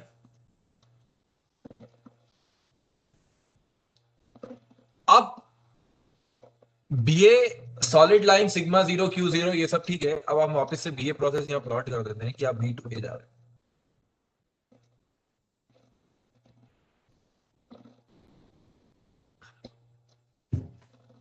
हीट ट्रांसफर जीरो है, इसको भी इक्वेशन को लिख देते हैं d Q by T plus sigma equal to d S and यहाँ डेल्टा एस, और ये zero equal to zero equation.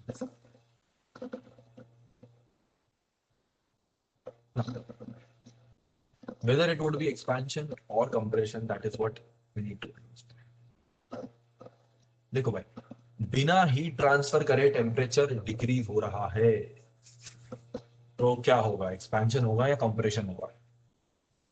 बिना हीट ट्रांसफर करे, हीट दे के हीट ले बाहर छोड़ के या हीट दे के टेम्परेचर में प्लस माइनस होता तो बात अलग थी। यहाँ पे तो आप हीट ट्रांसफर कर रहे ही नहीं हो और टेम्परेचर कम हो रहा है without heat transfer.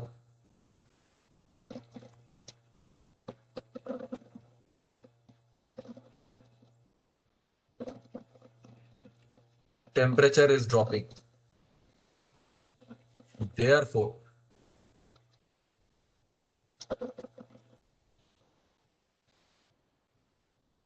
it has to be expansion process। तो ये आइसेंट्रोपिक एक्सपेंशन, ठीक है। चलिए और क्वेश्चन देखते हैं, एक मिनट देखता हूँ क्वेश्चन और फिर देखता हूँ।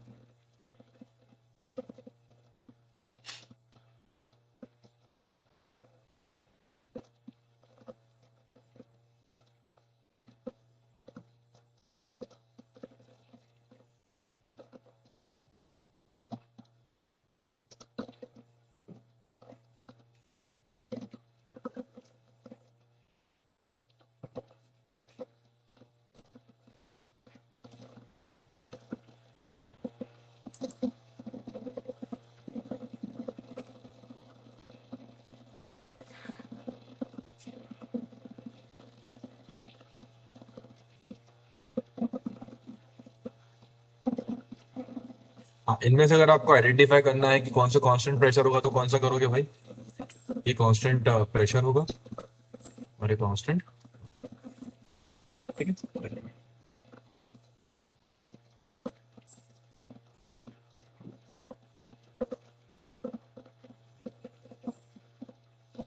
Constant volume, constant pressure.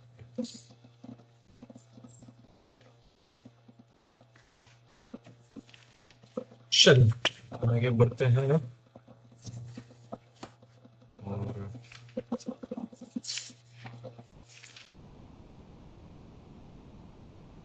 सी बात करी थी आपसे अभी, miscellaneous curve plot, curve plot इसके ऊपर भी क्वेश्चन बनते हैं। एक दो क्वेश्चन और मैं बताता हूँ किस तरह से बनेंगे यहाँ पर, तो बनते हैं।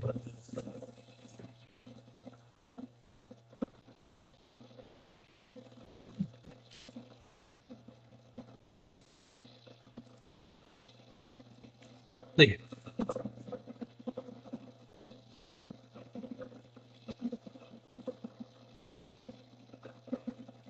टीएस डायग्राम हम बनती है, ये कोई भी एक प्रोसेस है। अब मैं यहाँ पर एक एलिमेंट चूज करता हूँ, ठीक है, ये बात तो पक्का है कि सिग्मा 0 है, तभी तो मैं प्लॉट किया हूं इसको। यहाँ पर मान लेते हैं टेम्परेचर है T, और यहाँ पर मान लेते हैं T प्लस डी टी, और ये डिफरेंस है ds। तो स्ट्रिप का एरिया कितना होगा, इसको ट्रेपेजियम की तरह ट्रीट कर सकते हैं। तो ट्रेपेजियम का एरिया होता है half base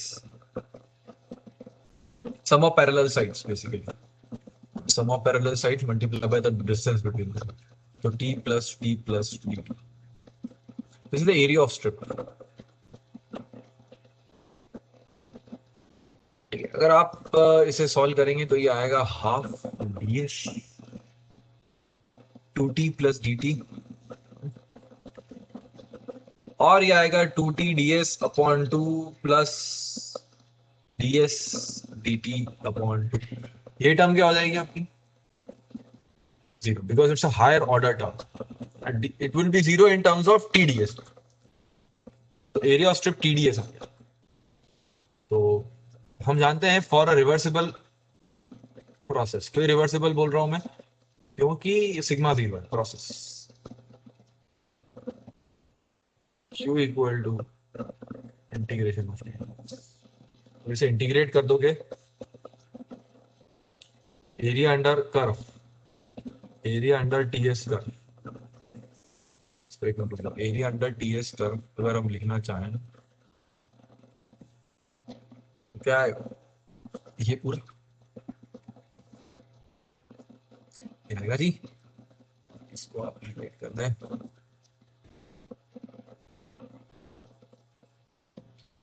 this area will be nothing but, लिखता हूं वहां पर भी, पहले यहां लिख देता हूं,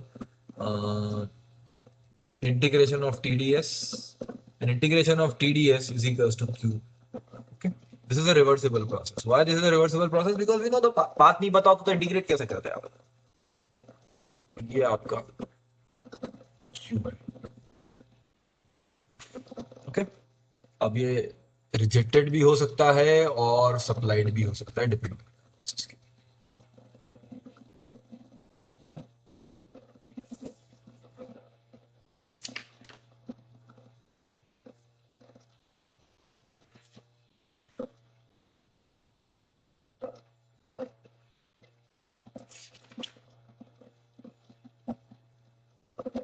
okay, we are going to start with a new topic, and that would be discussion on pure substances. Okay, so let's start our discussion on pure substances. ठीक है, प्योर सब्सटेंसेस के क्वेश्चन गेट में directly भी आते हैं, और मतलब pure substance से ही as it is.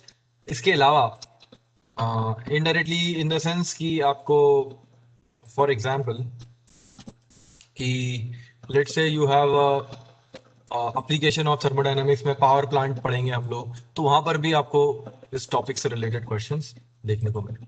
Okay, so pure substance अभी हम सिर्फ स्टार्ट कर रहे हैं, ठीक है, बेसिक बेसिक मैं आपको बता रहा हूँ, but its application will definitely, कि इसको कैसे यूज करना है आगे चल के समझना है। So let's start with the pure substance over here.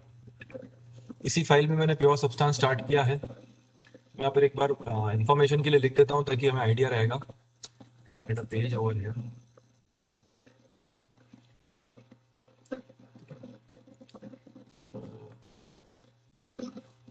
यहाँ पर हम लिख देते हैं एक्सेल जी प्लस प्योर, ठीक है।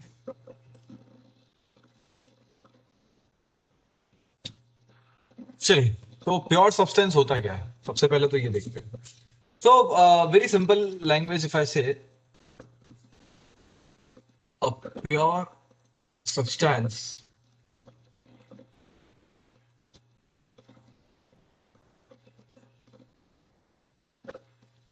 is a substance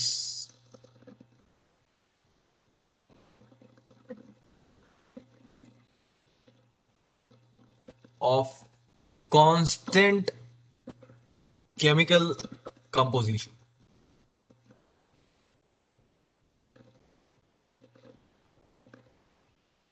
मतलब समझ, देखिए दो चीजें होती है, एक तो कांस्टेंट फिजिकल कंपोजिशन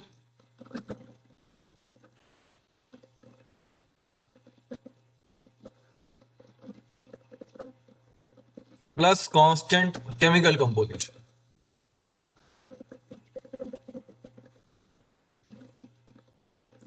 इन दोनों का जो कॉम्बिनेशन होता है उसे हम फेज कहते हैं। क्या कहते हैं? फेज। जैसे कि फॉर एग्जांपल वाटर, तो अगर आप वाटर का एग्जांपल लोगे, अब थ्रू आउट इसका जो फेज है, सॉरी, थ्रू आउट इसकी जो फिजिकल कंपोजिशन है, देख के ही पता चल जाएगा आपको। देख के ही आप आइडेंटिफाई नहीं कर सकते हो कि ये कुछ और है। हर जगह देखोगे तो वाटर ही दिखेगा आपको, क्योंकि वो वाटर ही है। और केमिकल कंपोजिशन से मतलब क्या हुआ कि हर जगह chemical composition H2O H2O H2O H2O H2O H2O। तो दिस इज सिंगल फेज, एक फेज है। बट यहां पर अगर मैं एग्जांपल लूं आपके साथ कि केमिकल कंपोजिशन, सिर्फ same chemical composition, physical composition की कोई गारंटी नहीं ले रहा हूं। तो let's say for example you have ice over here, some ice cubes, and we have this water also। तो केमिकली, केमिकल कंपोजिशन क्या है इसका? H2 same. But physical composition की अगर मैं बात करूं यहां पर,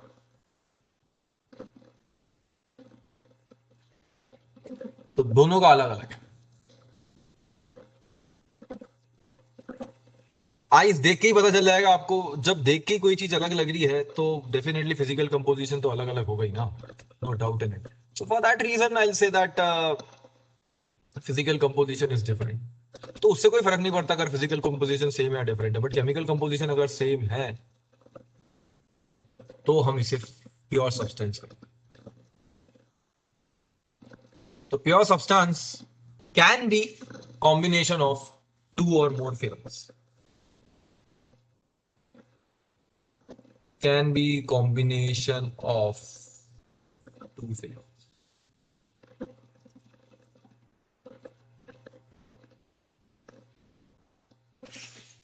ओके, चलिए।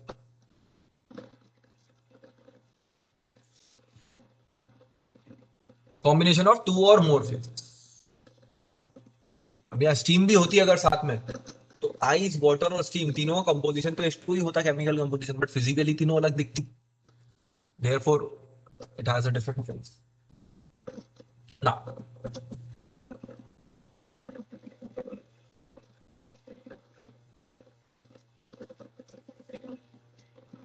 अगर हम इस स्टोरी को आगे बढ़ाएं,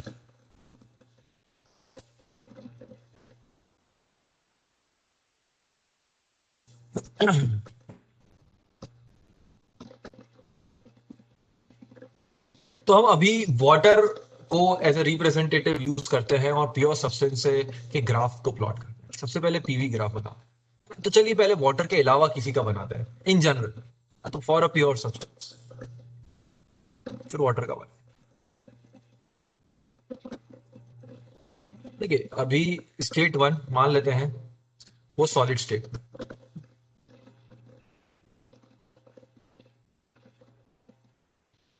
तो मैं पीवी ग्राफ बना। State one is a solid state. आप उसे हीट कर करके उसको हीट सप्लाई किए कांस्टेंट प्रेशर पे। हाँ, कांस्टेंट प्रेशर पे आपने प्रेशर चेंज नहीं किया, कांस्टेंट प्रेशर मेंटेन किया आपने और हीट सप्लाई करते गए करते गए करते गए, और आप ऐसे टेम्परेचर पे ले आए कि बस अब वो मेल्ट होने वाला, मेल्टिंग पॉइंट पे ले। अच्छा, तो डेफिनेटली जब वो यहाँ पे सॉलिड था, अब सॉलिड से धीरे धीरे मेल्ट कर रहे हो आप उसको, तो उसका वॉल्यूम बढ़ेगा, है ना। We know that on heating substances usually go expansion. 2 to 3 अगर मैं जाऊंगा तो यहाँ पर क्या होगा, फेस चेंज होगा। मतलब यहाँ पे वो सॉलिड स्टेट में था, ये लास्ट सॉलिड, यहाँ पे सॉलिड, लास्ट सॉलिड नहीं, सॉलिड, ये भी सॉलिड। अब यहाँ पर सॉलिड प्लस लिक्विड होगा और यहाँ पर पूरी तरह से लिक्विड बन जाए, करेक्ट, ऑल लिक्विड। फिर आप फर्दर आगे बढ़ोगे तो यू रियलाइज दैट कि अब वो लिक्विड से आप उसका टेम्परेचर राइज करोगे करोगे करोगे करोगे करोगे, लेट्स से फॉर एग्जांपल आपने टेम्परेचर राइज किया और आप किसी पॉइंट 4 पर पहुंच गए। अब ये हर जगह लिक्विड है, यहाँ पे भी लिक्विड है, बट अब इसके बाद क्या होने वाला है, ये इवापोरेट होगा, मतलब अब इसका फेस चेंज होने वाला है, लिक्विड से वेपर बनने वाला है। अब जब ये लिक्विड से वेपर बनेगा, आप जानते हो कि कोई भी बॉडी अगर लिक्विड स्टेट में होती है तो उसका वॉल्यूम, उसकी डेंसिटी बहुत हाई होती है, और लिक्विड स्टेट में जाते ही, वेपर स्टेट में जाते ही उसकी डेंसिटी बहुत कम हो जाती है, बहुत कम हो जाती है। तो स्पेसिफिक वॉल्यूम क्या होता है, जस्ट अपोजिट ऑफ इट। तो यहां पर उसका अगर डेंसिटी, अगर आप इधर जा रहे हो, ठीक है, इस डायरेक्शन में अगर आप देखोगे तो डेंसिटी इंक्रीज अगर डिक्रीज अगर हो रहा है तो स्पेसिफिक वॉल्यूम बहुत ज्यादा डिक्रीज हो रहा है, तो स्पेसिफिक वॉल्यूम बहुत ज्यादा इंक्रीज हो जाएगा। इसलिए हम इसे यहाँ पर इस तरह से लाइन से शो करेंगे। और यहाँ पर एक फिफ्थ पॉइंट, तो यहाँ पर क्या रहेगा डियर, यहाँ पर liquid plus vapour, state change होगी।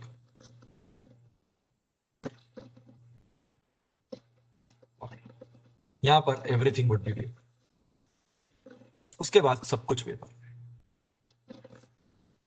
Everything would be. So this is usually a trend observed.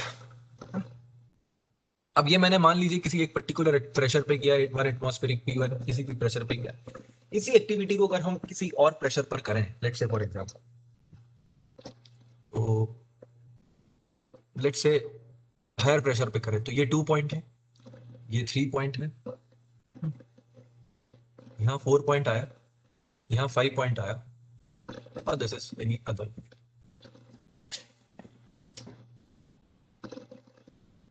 फिर ये 2 पॉइंट आया, ये 3 पॉइंट आया, ये 4 पॉइंट आया, 5 पॉइंट आया। तो these are my observations at different pressures. So what if I connect them?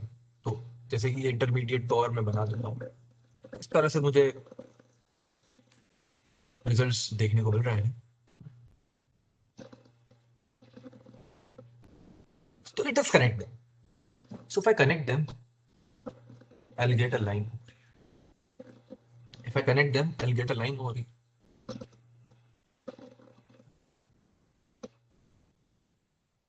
यहाँ पर अगर मैं इसे कनेक्ट करूँ, I'm getting a curve like this.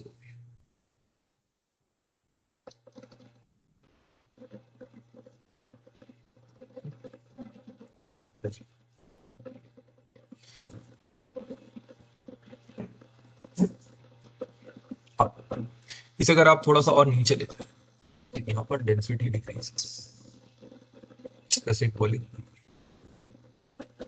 तो they meet at a point, अगर हम लोअर प्रेशर पे करते हैं इस एक्टिविटी को, तो they meet at a point like this. In general बनाओ, ये करो इस तरह से।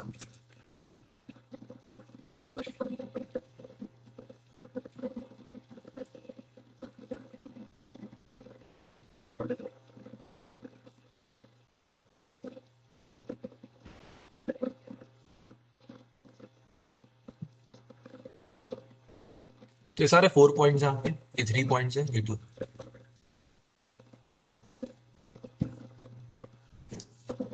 So this is what is the PV diagram of a pure substance.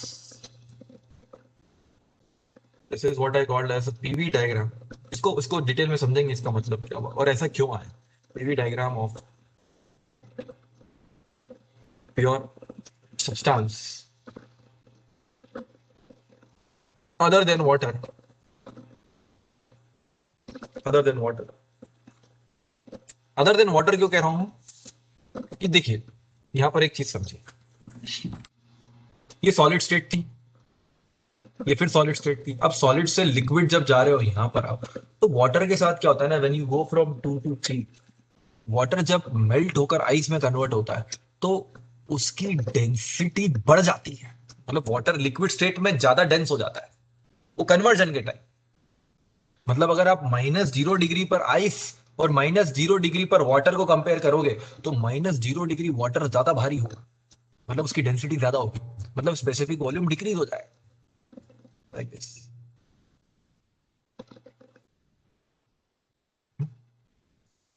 मतलब वो और कॉम्पैक्ट हो जाएगा इन द सेंस कि स्पेसिफिक वॉल्यूम क्या होता है, मास अपॉन वॉल्यूम। मास तो कांस्टेंट है, तो अगर आप इधर देखें, अगर अदर देन वाटर के लिए देखें तो डेंसिटी इंक्रीज हो रहा है, मतलब स्पेसिफिक वॉल्यूम डिक्रीज हो रहा है। स्पेसिफिक वॉल्यूम डिक्रीज हो रहा है मतलब वॉल्यूम तो कांस्टेंट है, तो वॉल्यूम मास तो कांस्टेंट है, मतलब वॉल्यूम क्या हो रहा है, इंक्रीज। एक मिनट जस्ट, किस तरफ बता रहा हूं मैं डायरेक्शन, ये इस तरफ बता दिया, मैं इस तरफ का बताता हूं। जब आप इस तरफ जाओ in the right hand side direction, तो generally what happens, density decrease. मतलब कोई भी सॉलिड को लिक्विड से कंपेयर करोगे सेम मास में, तो लिक्विड हल्का होगा ना, डेंस कम होगा, हाँ सर। तो स्पेसिफिक वॉल्यूम इंक्रीज होगा। क्यों इंक्रीज होगा specific volume? Specific volume increase होगा कि उसका वॉल्यूम उसी मास में, मतलब जैसे कि फॉर एग्जांपल मैं एक एग्जांपल और लेके समझा देता हूँ। ये लिक्विड रखा, कोई कंफ्यूजन का रूम नहीं होना चाहिए, ये लिक्विड रखा। अब इसको आपने कन्वर्ट कर लिया वेपर स्टेट, तो ये पूरा वेपर हो गया।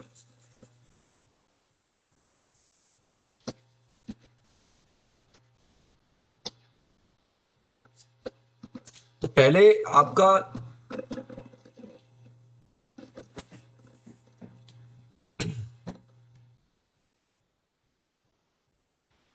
मीडियम ना गलत लिखा है, इसलिए वो आंसर उल्टा होगा। ये जो डेंसिटी है वो मास अपॉन वॉल्यूम होती है, और ये होगा वॉल्यूम। ठीक है, तो अगर आप कंपेयर करेंगे लिक्विड है वेपर है, मान लो ये 1 केजी लिक्विड है और ये 1 केजी वेपर है, ऐसे समझो। 1 केजी लिक्विड और 1 केजी वेपर में आपने क्या अंतर महसूस किया? 1 केजी वेपर ने वॉल्यूम ज्यादा ऑक्यूपाई करना चाहिए। ठीक है, इसका मतलब क्यों, कैसे? क्योंकि देखो ये ज्यादा डेंस है, इसकी डेंसिटी कम है। आप जानते हो लिक्विड ज्यादा हैवी होता है वो वेपर के कंपेयर में। ठीक है, अब लिक्विड ज्यादा हैवी होता है, इसका मतलब क्या हुआ?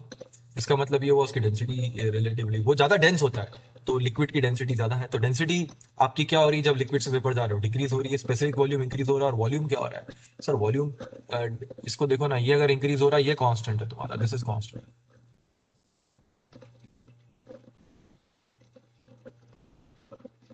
वॉल्यूम क्या होगा? Volume increase.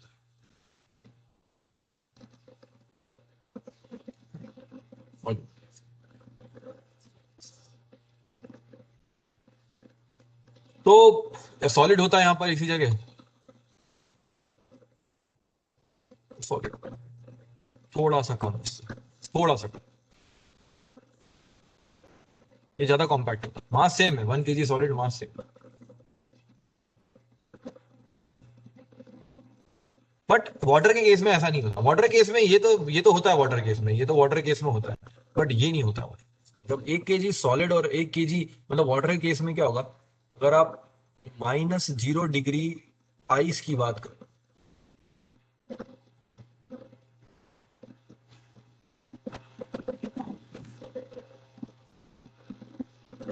लेट्स से ये थी -0 डिग्री, ठीक है।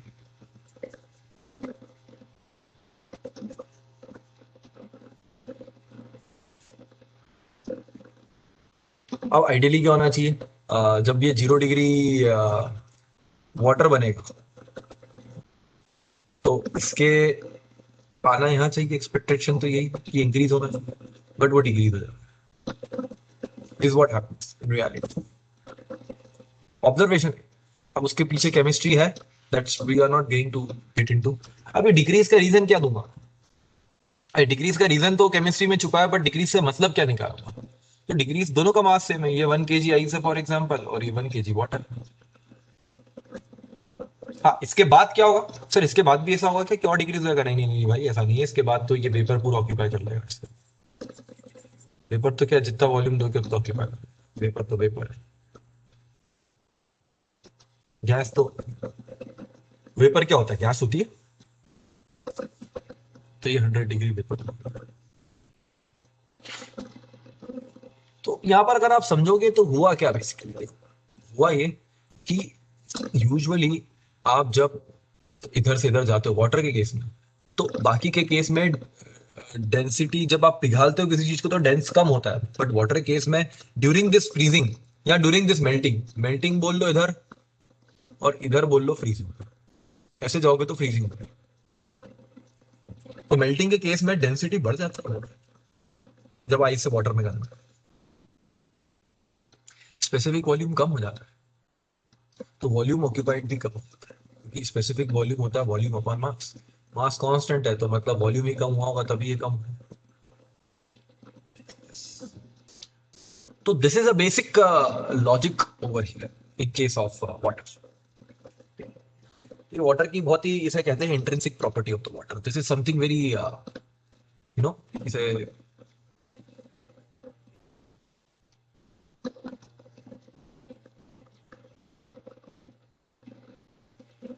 इसे मैं इसलिए बॉक्स बना के देख देता हूँ, इसे हम कहते हैं इंट्रिंसिक नहीं peculiar property, it's very peculiar property.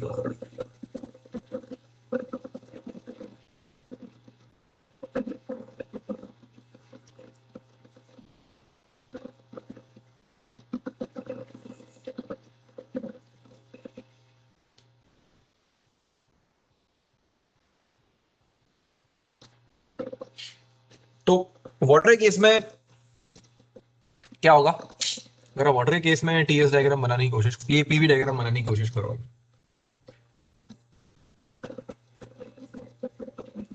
तो डेफिनेटली आप पहले तो 1 से 2 जाओगे, 1 से 2,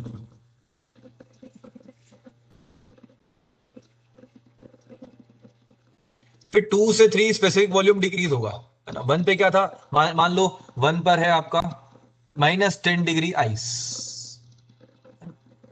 फिर 1 से 2 गए आप, तो 1 से 2 में क्या आ गया आपका, इसको नीचे ले लेते हैं थोड़ा सही रहेगा, स्पेस रहेगी हमें काम करने की। तो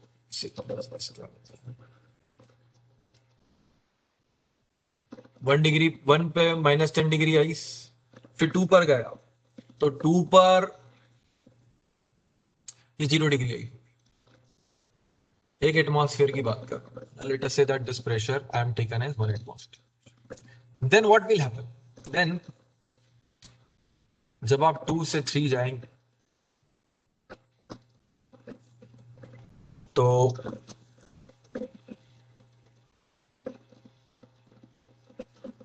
0 डिग्री वाटर बन जाएगा, लिक्विड, यहाँ पे 0 डिग्री वाटर, इसको वाटर लिखेंगे, H2O तो सभी है, ये वाटर। बोलोगे सर H2O तो सभी है, मैंने बोला हाँ सभी है। तो ये मैंने आपको सारे पॉइंट्स हाईलाइट कर दिए थे, 1 2 3। हाँ, अब ये वाटर बन चुका है, अब इसको वापस से मेल्ट करोगे आप, वाटर को क्या मेल्ट करोगे, वाटर को वापस से टेम्परेचर इंक्रीज करो, तो अब धीरे धीरे इसका वॉल्यूम इंक्रीज होना चालू,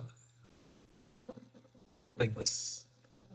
और मतलब धीरे धीरे तो नहीं होगा, इनफैक्ट ऐसा होगा ये, मतलब यहाँ पर बहुत स्लोली स्लोली होगा, फिर जैसे ही वेपर में कन्वर्ट हो जाएगा सडन राइज हो जाएगा, like this, this is how the volume increase.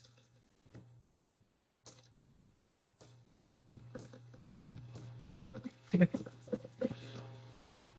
ना। तो 3 to 4 पहले तो आप इसे राइज करके ले जाएंगे, ठीक है, तो मान लीजिए यहाँ पहुंचे आप 3 to 4,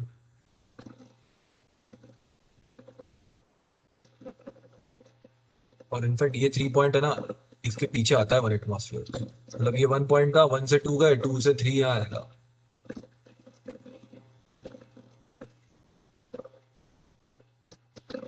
और फिर 3 से 4 यहाँ आएगा, फिर 4 से 5 जो होने वाला है वो खतरनाक चेंज होने वाला है ना। 4 से 5 क्या हो गया, 3 to 4 बता दो भाई, 3 to 4 अब आप कहाँ गए, 3 to 4 हम आ गए सर 100 डिग्री वाटर पर।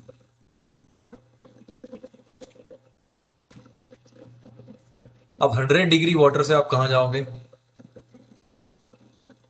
100 डिग्री वेपर पर, ये सेकंड चली है। तो जो भी एब्रप्ट चेंजेस आएंगे एकदम खतरनाक वाले वाटर से, वो यहाँ आएंगे, huge change in density, density will decrease, specific volume will increase. और यहाँ पर जो हुआ है -10 डिग्री आइस से 0 डिग्री आइस, नहीं, यहाँ पर जो हुआ है this is a peculiar property of water. ये वाटर ही एग्जिबिट करता है, एक्सेप्शन है, बाकी सबके केसेस में तो क्या होता है, इंक्रीज होता है, वाटर केस में डिक्रीज होता है। सो 1 से 2 समझ में आया, 2 से 3 समझ में आया, अब 3 से 4 गया, अब 4 to 5 there is gonna be a huge change.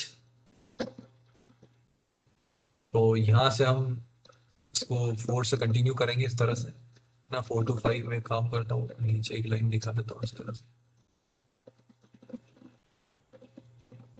This is your 5 and then the story continues, something great. So अगर हम इस सारे पॉइंट्स को क्लब करके कर्व बनाना चाहें तो वी विल ऑब्जर्व दैट, चलो मैं ऐसे पीछे ले लेता हूँ, डायग्राम सही से बन जाएगा वहां पे। ये अभी मैं आपको सिर्फ ड्राइंग करके दिखा रहा हूँ, एक्चुअली में थोड़ा फील हो जाएगा आपको ड्रॉ करके। इसके बाद हम लोग क्या करेंगे, after that we will understand it from the physics point of view कि ऐसा क्यों बना, इसका इंपॉर्टेंस क्या है, क्या एप्लीकेशन है, बहुत सारे क्वेश्चन आंसर करने होंगे हमें इसके बाद। ठीक है, चलो, तो मैं आपको एक करके पॉइंट दिखाता हूँ, ये 3 पॉइंट, ये 4 पॉइंट यहाँ आया, ठीक है। फिर शुरुआत में तो 2 पॉइंट आगे रहेगा, है ना, और फिर बाद में ये 3 है आपका, ये 3 तो ऐसे ही चलता रहेगा, 3 ऐसे ही चलता रहेगा, 4 आगे बढ़ेगा और 2 पीछे जाएगा, लाइक दिस। 4 आगे बढ़ेगा और 2 पीछे जाएगा, तो ये 2 है,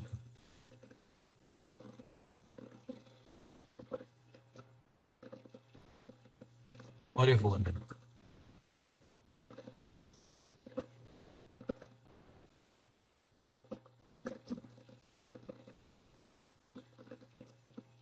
ये 5। चलिए सबसे पहले तो 4 बना देते हैं और 5, एक स्ट्रेट लाइन बनाया,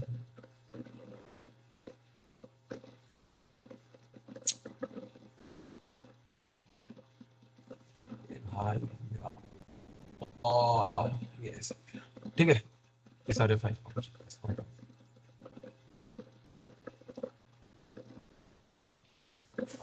चल रहा है सही से। ओके डियर फ्रेंड्स, तो ये सारे 5 पॉइंट, 5 5, ये 5 5, और ये सारे जो पॉइंट्स हैं आपके यहाँ पर, ये 2 points,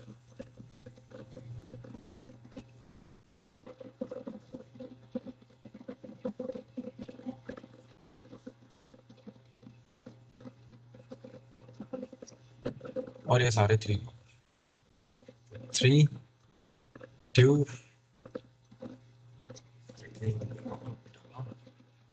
these are all 4s, 4 4।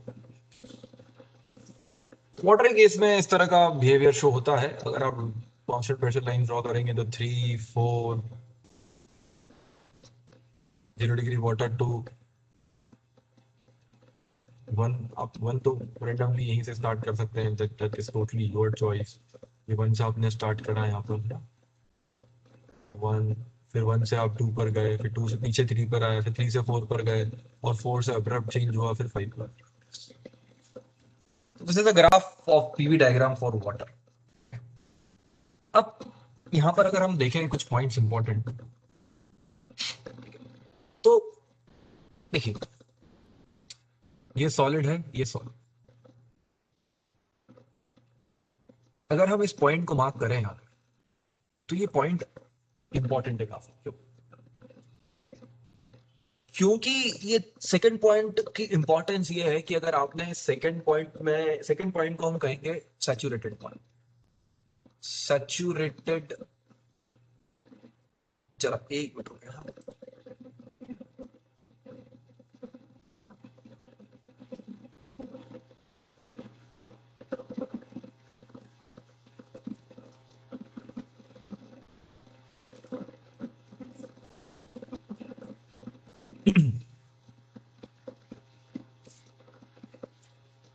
Second point जो है वो सैचुरेटेड स्टेट, सेकेंड। और थर्ड भी आपकी सैचुरेटेड स्टेट है। सारी सैचुरेटेड स्टेट में लिख देता हूँ और मतलब समझा देता हूँ क्या होता है। सैचुरेटेड स्टेट, सैचुरेटेड स्टेट में आएंगी आपकी 2, 3, 4। सैचुरेटेड का मतलब ये हुआ कि इसमें अगर थोड़ा बहुत भी डिस्टर्बेंस किया, थोड़ा बहुत भी डिस्टर्बेंस किया, तो इनका फेस चेंज हो जाएगा। देखो अगर यहां पर मैंने थोड़ा सा भी टेम्परेचर चेंज किया, यहाँ थोड़ी सी भी हीट दे दी, तो ये लास्ट पॉइंट है बस। अब इसके बाद ये लिक्विड में कन्वर्ट होना चालू हो जाएगा, मतलब मेल्टिंग चालू हो जाएगी। तो ये मेल्टिंग के पॉइंट ऑफ व्यू से सैचुरेटेड। और ये वाला पॉइंट, थर्ड पॉइंट क्यों सैचुरेटेड है? अगर आप फ्रीजिंग कर रहे हो और आपने थोड़ा सा भी टेम्परेचर डाउन कर दिया, तो ये फ्रीज होना चालू हो जाएगा। तो ये फ्रीजिंग के पॉइंट ऑफ व्यू से।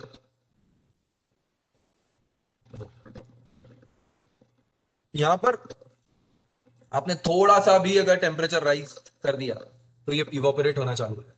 तो ये इवापोरेशन के पॉइंट ऑफ व्यू से सैचुरेटेड। और ये वाला पॉइंट कंडेंसेशन के पॉइंट ऑफ व्यू से सैचुरेटेड है। अगर आपने इस पॉइंट पर आकर आप यहां खड़े हुए हो और आप इस तरफ चले गए तो कोई दिक्कत नहीं, बट लेफ्ट हैंड साइड चले गए मत, तो आपका कंडेंसेशन चालू हो जाएगा।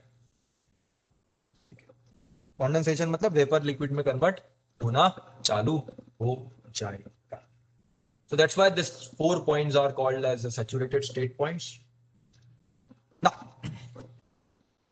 यहां पर अगर हम देखें तो यहां पर हर जगह इस पे सॉलिड्स हैं, यहां पर हर जगह लिक्विड है, और यहां पर भी liquid liquid liquid vapour like. तो ये दोनों जो लाइन होगी आपकी, ये saturated liquid line.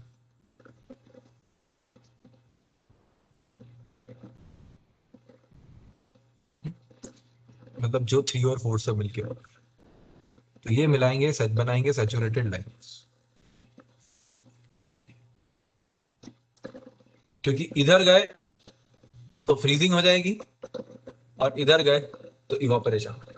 That's why ये दोनों लाइन सैचुरेटेड लिक्विड, ये लाइन सैचुरेटेड सॉलिड लाइन।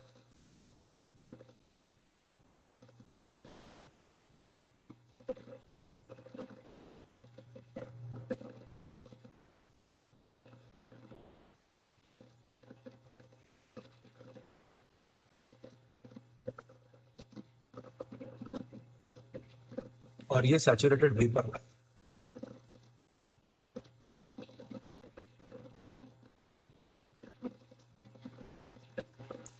इसे हम वेपर डोम कहते हैं, वेपर डोम। डोम जैसे शेप है ना, इसका वेपर डोम।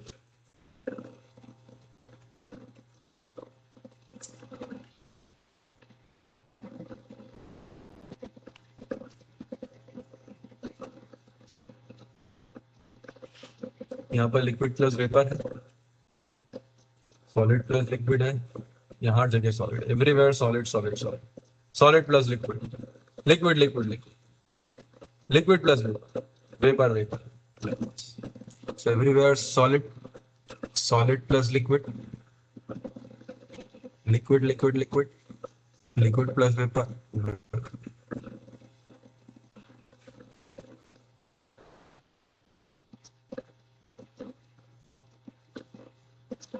यहाँ पर इसके नीचे सॉलिड प्लस वेपर है, मतलब solid directly gets converted to vapour. There is no in between transition, मतलब वेपर में लिक्विड में आएगा ही नहीं। इसे हम कहते हैं सब्लिमेशन। क्या कहते हैं? तो जैसा कि मैंने आपको ये पीवी डायग्राम समझाया अभी तक, वाटर के केस में भी यही सारी लाइंस होंगी, यही सारे पॉइंट्स होंगे। तो अब इंपॉर्टेंट क्या है आपके लिए? देखिए इंजीनियर्स के लिए इंपॉर्टेंट होता है सिर्फ 2, ये 2 और 3। इंजीनियरिंग में हमारे लिए क्या इंपॉर्टेंट है? ये पूरा पढ़ना है? नहीं, पूरा नहीं पढ़ना है। तो इंजीनियरिंग में स्पेशली अगर मैं गेट पॉइंट ऑफ व्यू से कहूँ, specially GATE point of view, GATE and engineering services point of view से अगर मैं बात करूं, तो ये आपके लिए बहुत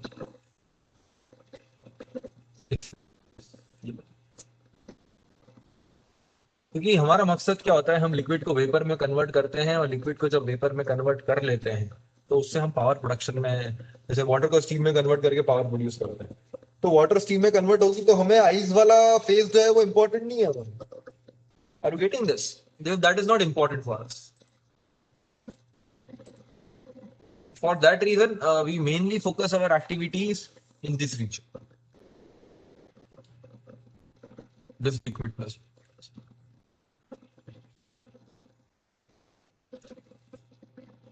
अब यहाँ पर अगर हम इसी पे फोकस करना चाह रहे हैं तो मैं एक बार अभी स्टार्टिंग में पहले तो हम पीवी प्लॉट पढ़ते हैं.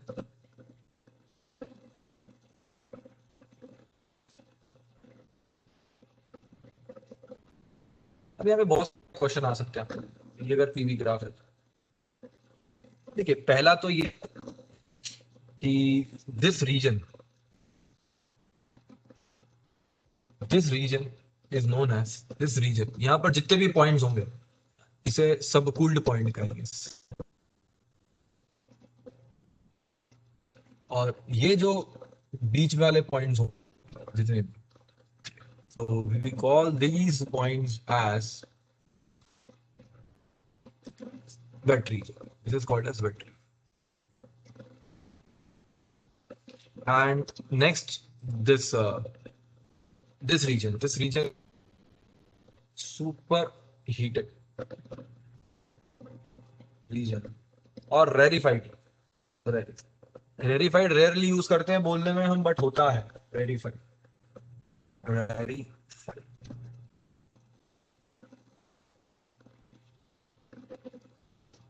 ठीक है.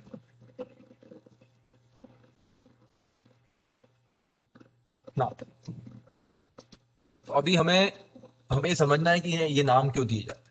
हमें समझना है कि ये यहाँ पर इतना वर्टिकल क्यों है और यहाँ पर ऐसा ड्रॉप क्यों. देखिए पहले हम ये समझते हैं कि यहाँ पर इस तरह से एकदम हाई स्लोप क्यों. देखिए इसका मतलब ये होगा कि अगर आप ध्यान से देखें, मैं सिर्फ अभी इस बारे पार्ट की बात, तो अगर आप यहां पर कंपेयर करें, मैं दो प्रेशर की लाइंस बनाऊं,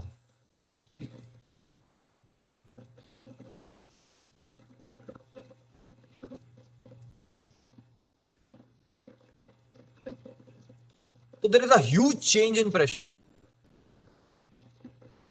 but there is a very less change in volume. ऐसा क्यों? और जबकि प्रेशर इंक्रीज हुआ है, तो प्रेशर के इंक्रीज होने से तो वॉल्यूम डिक्रीज होना चाहिए, या तो उल्टा हो गया.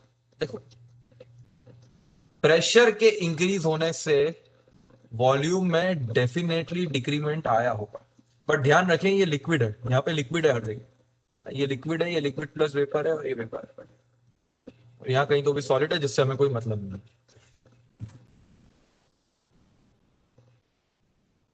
तो प्रेशर के बढ़ने से अगर वॉल्यूम डिक्रीज हुआ है तो सर यहाँ तो इंक्रीज हुआ है नहीं, बट प्रेशर के बढ़ने से एक चीज और हुई. आप जब ऊपर गए हो ना, ये लेट से हम ये ऐसे दो पॉइंट दे रहे हैं, पॉइंट 1 से पॉइंट 2, तो टेम्परेचर भी इंक्रीज हुआ है, और टेम्परेचर के इंक्रीज होने से वॉल्यूम में इजाफा हुआ है. एंड दिस ये वाला जो इंक्रीज है ये इससे ज्यादा है. क्यों? क्योंकि प्रेशर के बढ़ने से वॉल्यूम में चेंज आना बहुत कम होगा, क्योंकि मटेरियल क्या है, ये this decrease is very very less, because material liquid is in कौन सी स्टेट में लिक्विड दिया?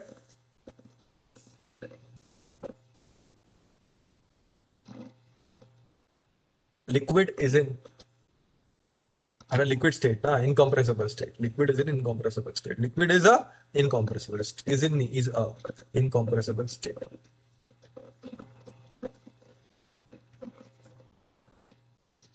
So that is the reason. और यहाँ पर ऐसा क्यों नहीं हुआ? यहाँ पर तो सर हो रहा है, तो यहाँ पर क्या है, ये वेपर है. तो अगर आप इधर देखोगे तो if you draw the same location, तो यहाँ पर डेल्टा पी और यहाँ पर जो चेंज इन वॉल्यूम है वो सब्सटेंशियल है. तो कि यहाँ पर जब आप यहाँ से यहाँ जाओगे, let's say from this point 1 dash two 2 dash, this is 1 to 2, अब this is 1 dash two 2 dash, जब आप जाओगे तो प्रेशर इंक्रीज होगा, जिस कारण से वॉल्यूम डिक्रीज होगा. क्योंकि अगर आप और ये डिक्रीज बहुत ज्यादा होगा, क्योंकि ये किसको कंप्रेस कर रहे हो आप, वेपर को कंप्रेस कर रहे हो, तो ये डोमिनेटिंग होगा, इसलिए ये ज्यादा होगा बजाय टेम्परेचर के कारण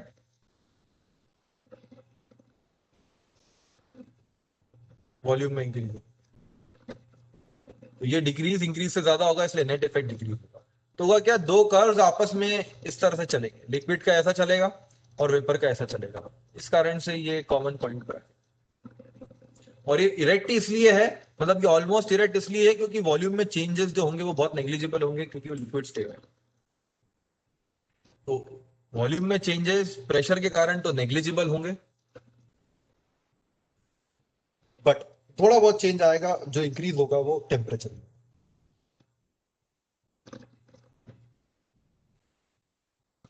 like that. So that is the whole logic over here. ठीक है, तो हम इस डिस्कशन को आगे कंटिन्यू करेंगे in the next class, where I will teach you how to take reading, हम स्टीम टेबल पढ़ना सीखेंगे, और स्टीम टेबल पढ़ने के बाद हम कुछ सिंपल न्यूमेरिकल्स करेंगे, ताकि हम तैयार हो जाएं हमारे नेक्स्ट टॉपिक के लिए, application of thermodynamics. So in my next session, I'll definitely talk about, we'll complete pure substance, we will solve some gate problems, और उसके बाद probably from the next to next lecture हम नया domain thermodynamics के जो application वाले part है उसमें एंटर कर, तो 50% of our syllabus would be completed in that case of thermal engineering of thermodynamics and related fluid and heat transfer. Fluid already we have done, and heat transfer I think you might be studying in college, so you can do it, it's very easy. Forget it is easy. Okay, chal, so take care, see you in the next class.